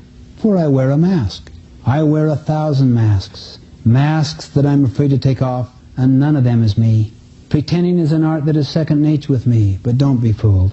I give the impression that I'm secure, that all is sunny and unruffled with me, within as well as without, that confidence is my name and coolness is my game, that the waters are calm and that I'm in command, then I need no one. But don't believe it. Please don't.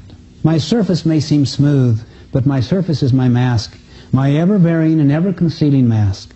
Beneath lies no smugness, no coolness, no complacence. Beneath dwells the real me. See, these are the primary emotions.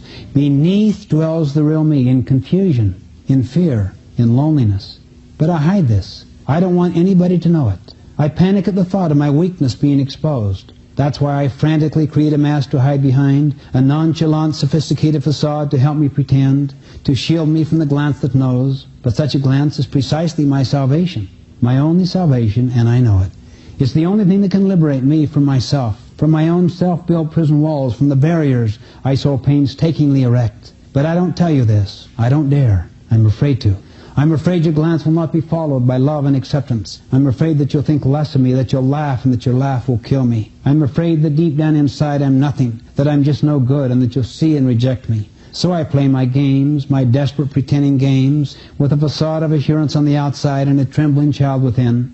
And so begins the parade of masks, the glittering but empty parade of masks, and my life becomes a front. I idly chatter with you in the suave tones of surface talk.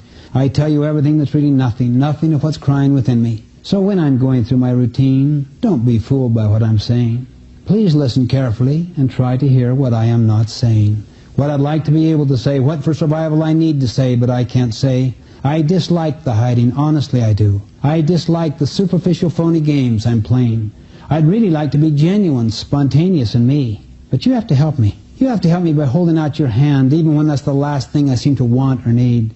Each time you are kind and gentle and encouraging, each time you try to understand because you really care, my heart begins to grow wings, very small wings, very feeble wings, but wings. With your sensitivity and sympathy and your power of understanding, I can make it. You can breathe life into me. It will not be easy for you. A long conviction of worthlessness builds strong walls, but love is stronger than strong walls, and therein lies my hope.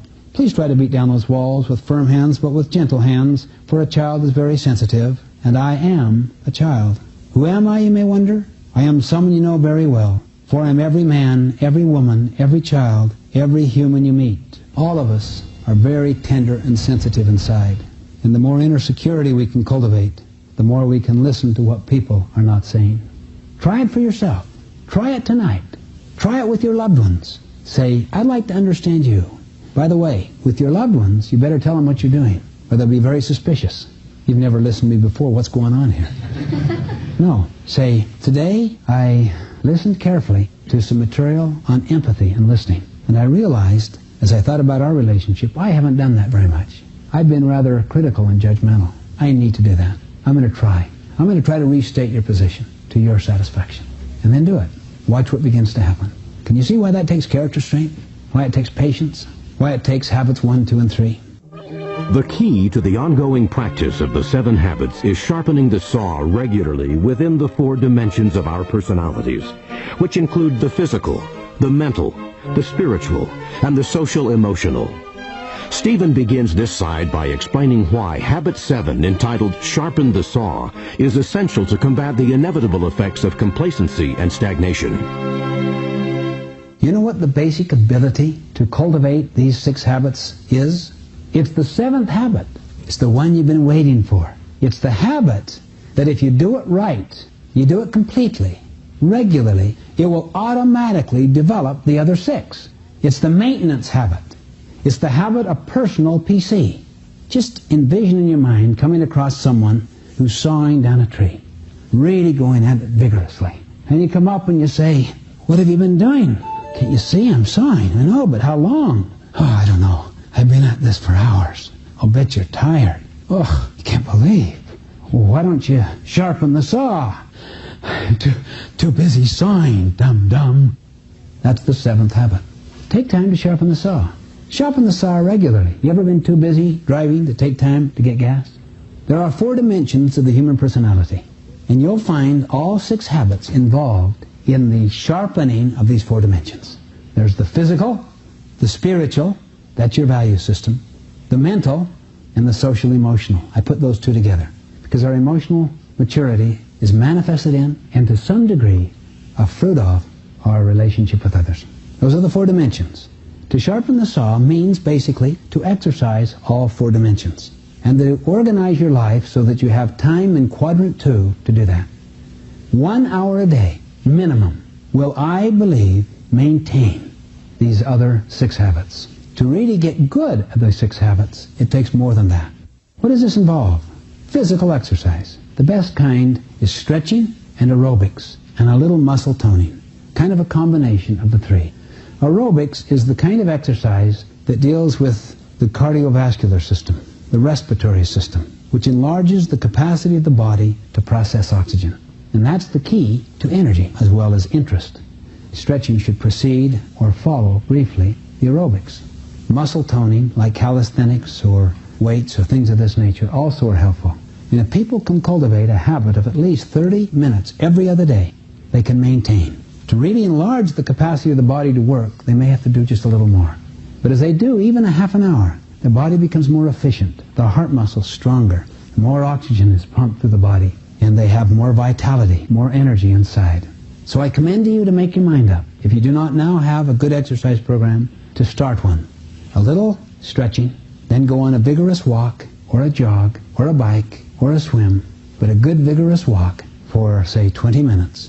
And then a little stretching at the end, and a few calisthenics. And you've got a minimum physical exercise program. What if you only spent 3 hours in a week? Of a week that's made up of 168 hours? Is that disproportionate with the only instrument you've got? I think it's better to try to give about an hour a day, every day of a week. But at least give a half an hour every other day, or 4 days a week. With regard to spiritual exercise, That involves habit number 2. That's where you renew your commitment to your well-developed value system. You do it in a way that is congruent with your own philosophy. It's done differently. Some people read important literature, even sacred literature. Other people meditate, pray, think deeply about key fundamental issues. This kind of, we could call spiritual activity, is providing leadership, habit 2. Then the mental planning and doing in staying with that leadership is habit 3. So you visualize and plan your roles and goals for that week, and then review it for each day to make sure that your life is in harmony with your mission and your overall long-term roles and goals. That's the mental habit, the mental creation, habit 2 and 3. The spiritual creation is habit 2. The mental creation is part of habit 2 because you're still planning and thinking, but it's also having the mental toughness to stay with it in habit 3 when perhaps there are distractions and temptations that would lead you to capitulate and to give in to lesser important items of low priority. The social emotional sharpening the saw embrace habits 4, 5, and 6, so that you say to yourself, I'm going to approach this relationship with a win-win attitude. I'm going to seek first to understand. Then I also want to be understood. But I will not seek to be understood until the other feels like I understand. And then I'm going to get into creative problem solving with that person. Synergize to see if we can come up with better solutions than what originally we proposed to each other. Come up with a better psychological agreement. Those are the 4 basic dimensions of the human personality that basically express and develop all of the other habits. If it's well done in a balanced and regular way, it will do exactly that. We had a child one time that we were very concerned about. It seemed that this child was kind of incapable in many directions, social, athletic, academic. And I was teaching at that time this material on perception and communication, how our head creates our world. And I said to my wife, Sandra, isn't it possible that this child is greatly a function of our picture, our image? Isn't it possible that our paradigm is producing the behavior? We explored deeply this whole issue, particularly by sharpening the saw through this spiritual and mental creation process. It took time. We had to explore our own motives. It's easy to get social mileage out of your kid's good behavior. We had to see how much we really had intrinsic sense of respect and love for this child. Slowly, almost imperceptibly, we gained a deeper understanding and awareness and insight into this child and acted accordingly. And little by little, also almost imperceptibly, you could begin to see the effect it had. See, most people's map of themselves, paradigm of themselves, is a function of the social mirror, particularly with the significant people of their life. And if those people will change that mirror because they have a deeper, better understanding, other people will internalize that picture and behave accordingly. It started to go at such a rapid clip that it far exceeded the normal developmental processes of maturation as described by the experts in that field. In a sense, it was sharpening the saw as applied to building a relationship and the confidence and the esteem of a child. So let's resolve never to get too busy. We don't take time to sharpen the saw. Stephen next explains why every habit is a paradigm shift, representing a break from traditional wisdom and culture. He also explains the relationship the 7 habits have to each other, and how the habits apply to both individuals and organizations. Now we move to the third part, which will be a short part, in reviewing all that we have covered and to put it in the larger context of paradigms. I suggest, my friends, my listeners, that every habit is a paradigm shift. Let me show you. Take how we define, first of all, effectiveness as the P-PC balance. See, most people define success almost entirely focused upon P, getting the golden eggs. So that itself is a paradigm shift. Habit number 1, be proactive. The traditional popular paradigm is you're not responsible. You're a product. You're a program. Habit 2, begin with the end in mind. The traditional paradigm is that you're acting out of the scripts given to you, that you're really not in charge, and that goal setting is useful and helpful, but usually not resulting in great accomplishments because of all of the other forces that play upon your life and keep you from accomplishing those goals. Habit number 3, put first things first. You'll find that most people are surrounding the paradigm of quadrant 1. They're always prioritizing into checklists the crises and the problems of their life. That is an action paradigm they're into, whether they believe it or not. Throw away simple calendars, throw away appointment books, and instead write your mission, your roles and goals, have a long-term appointment calendar where you can on a weekly basis transfer that information and how you're going to accomplish those goals in each of the roles to a weekly thing, and then have the mental toughness and the discipline to stay with it unless a more important thing, like a person's need, supersedes. Habit 4, think win-win, is so deeply counter to the win-lose scripting programming of most people's lives.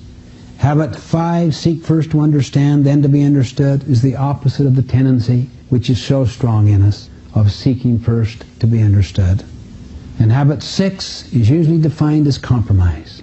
Very few people have experienced what synergy is really like. It's a whole new world. It's a world of adventure, excitement, creativity, new options, new opportunities, whole new ways of thinking are manifested in that habit. Just as Einstein put it, the significant problems we face cannot be solved at the same level of thinking we were at when we created them. Let's look now at habit 7.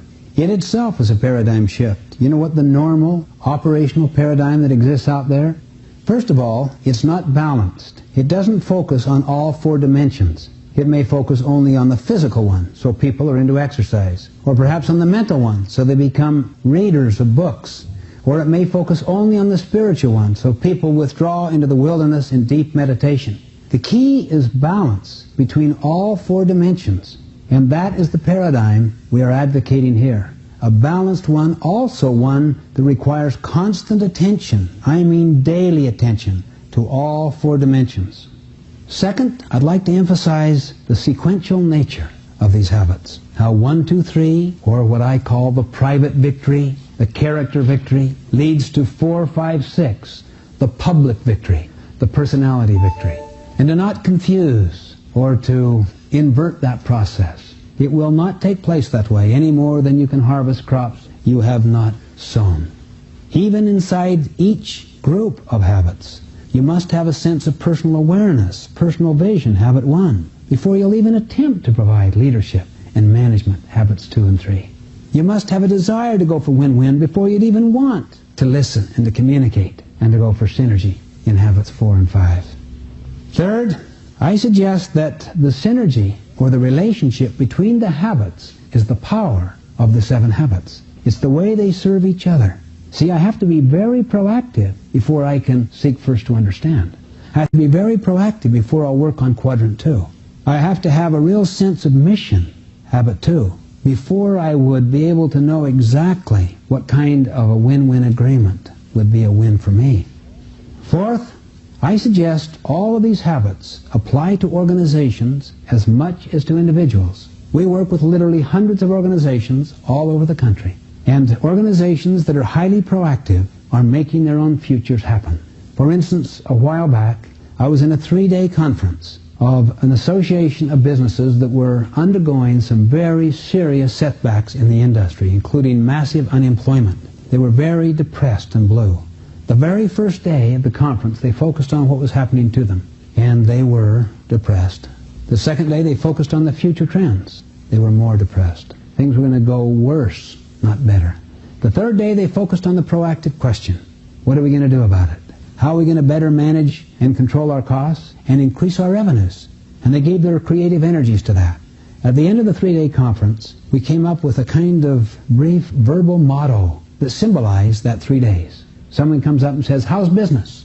The answer is given in 3 parts. Part 1, what's happening to us is not good, and the trend suggests it will get worse before it gets better. Part 2, but what we are causing to happen is very good, for we are better managing our costs and increasing our revenues. Part 3, therefore, my friend, business is better than ever. That's the proactive response of a business that is in charge of its own destiny in a relatively hostile environment. How does a business do habit 2? It develops a mission statement, a purpose statement, a value system that everybody is involved in its formation. What's habit 3? It lives accordingly. It uses that as the criteria by which everything else is evaluated. What's habit 4? In all of its relationships, it thinks win-win. Mutual benefit. Suppliers, employees, owners, managers, the public. Of course it takes social responsibility. It doesn't need to get into collective resistance, different forms of social legislation to force people to do what is right. As Patrick Henry once said, he that does not govern himself wisely will be governed by despots. The greatest way to lose our liberties is to exercise our freedom irresponsibly. What's habit 5 to a business? Understand the customer. Understand first before you design products, before you sell services.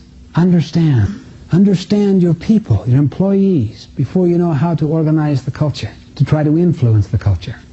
Then seek to be understood. Then seek to have influence. Diagnose before you prescribe. And what's habit 6? Synergize. Get deeply involved with your customers and understanding their needs. Come up with creative new solutions. And if you help produce it with them, they're highly influenceable by you.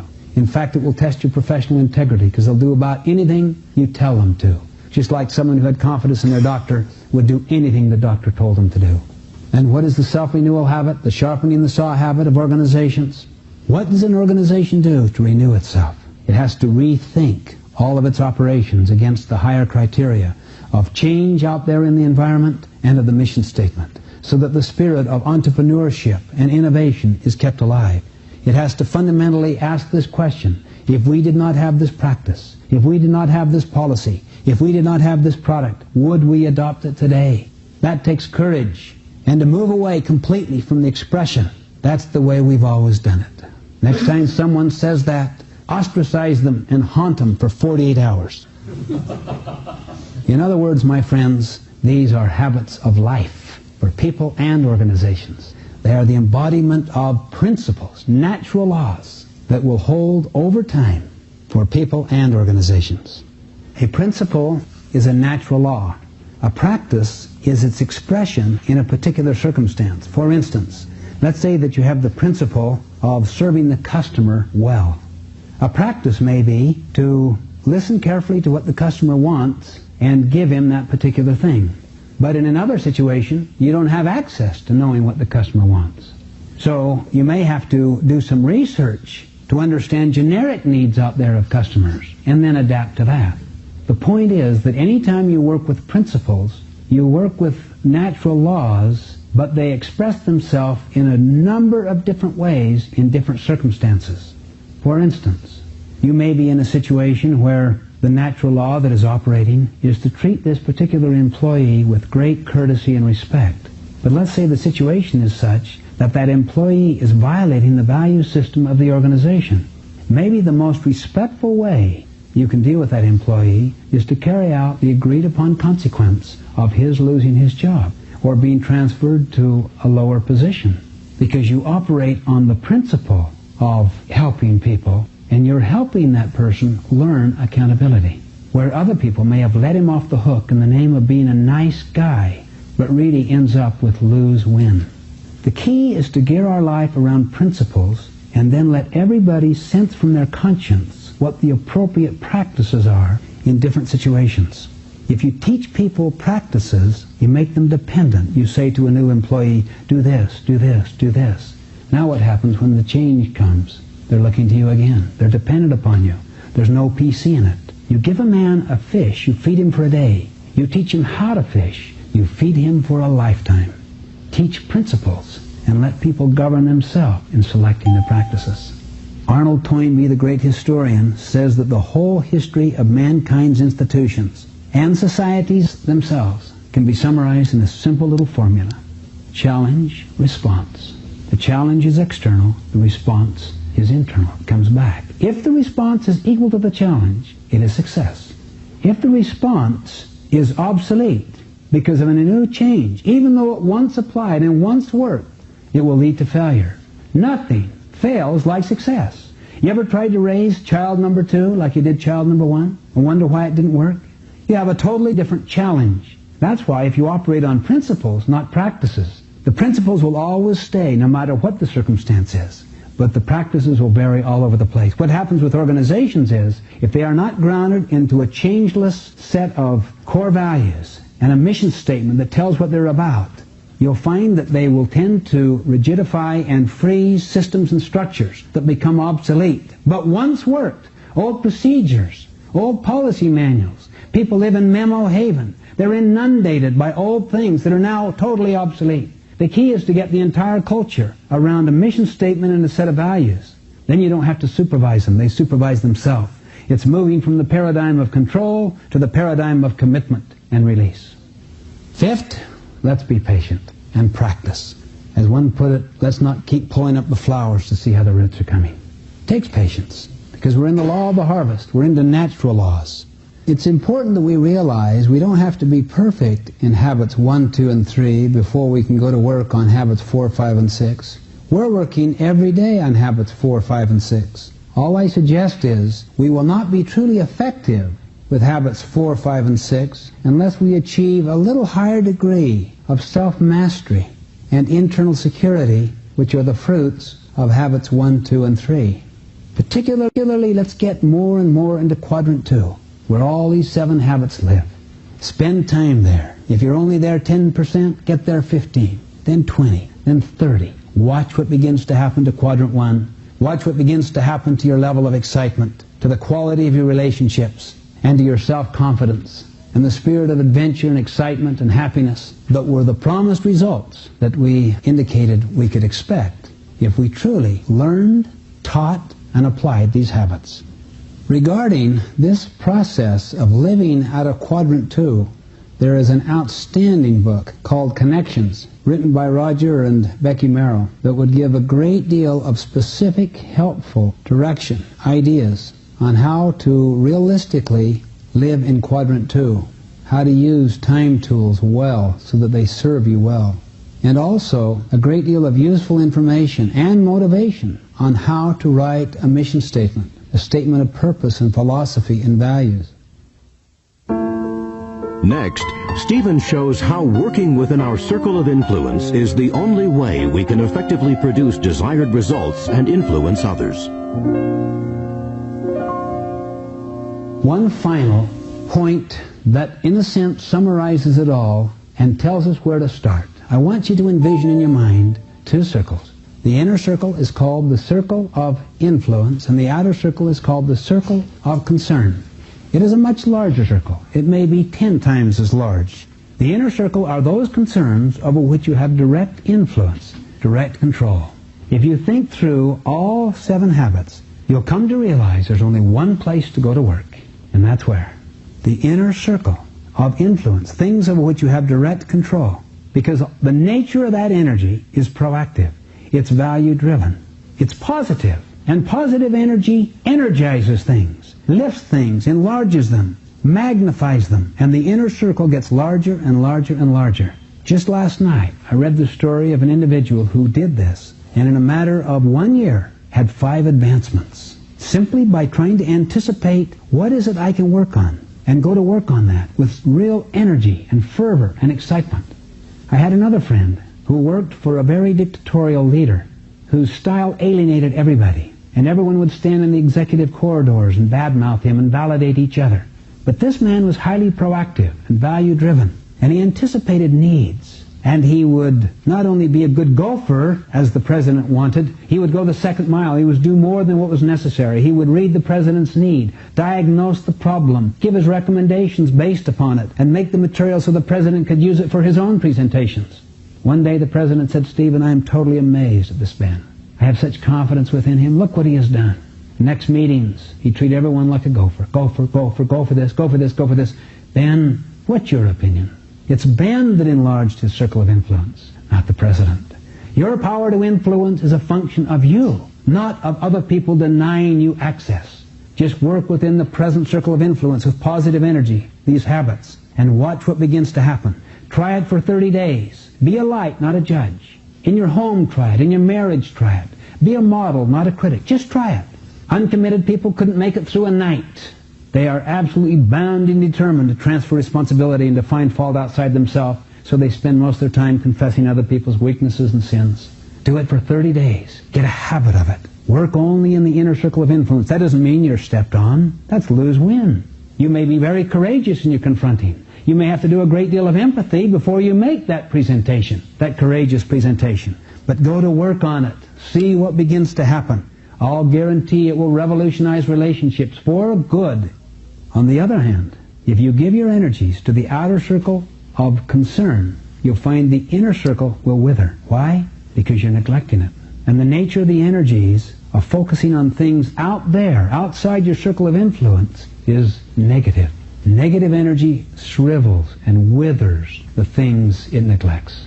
Remember this, if you ever think the problem is out there, that very thought is the problem.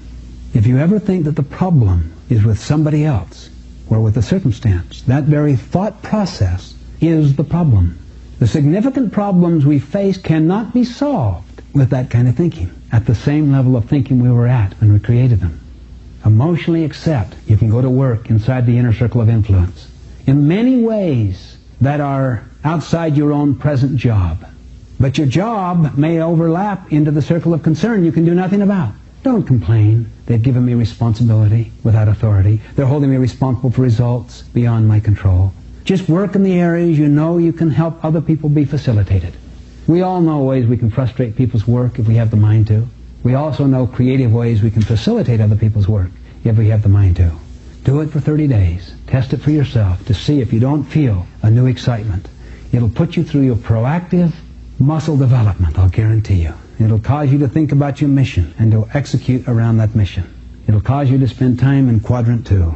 And you'll need to use habits 4, 5, and 6 if you're going to be effective with other people. Remember this, if you ever make a presentation, describe the other person's point of view better than he or she can then. Point of view better than he or she can then. Point of view better than he or she can then. Point of view better than he or she can then. Point of view better than he or she can then. Point of view better than he or she can then. Point of view better than he or she can then. Point of view better than he or she can then. Point of view better than he or she can then. Point of view better than he or she can then. Point of view better than he or she can then. Point of view better than he or she can then. Point of view better than he or she can then. Point of view better than he or she can then. Point of view better than he or she can then. Point of view better than he or she can then. Point of view better than he or she can then. Point of view better than he or she can then. Point of view better than he or she can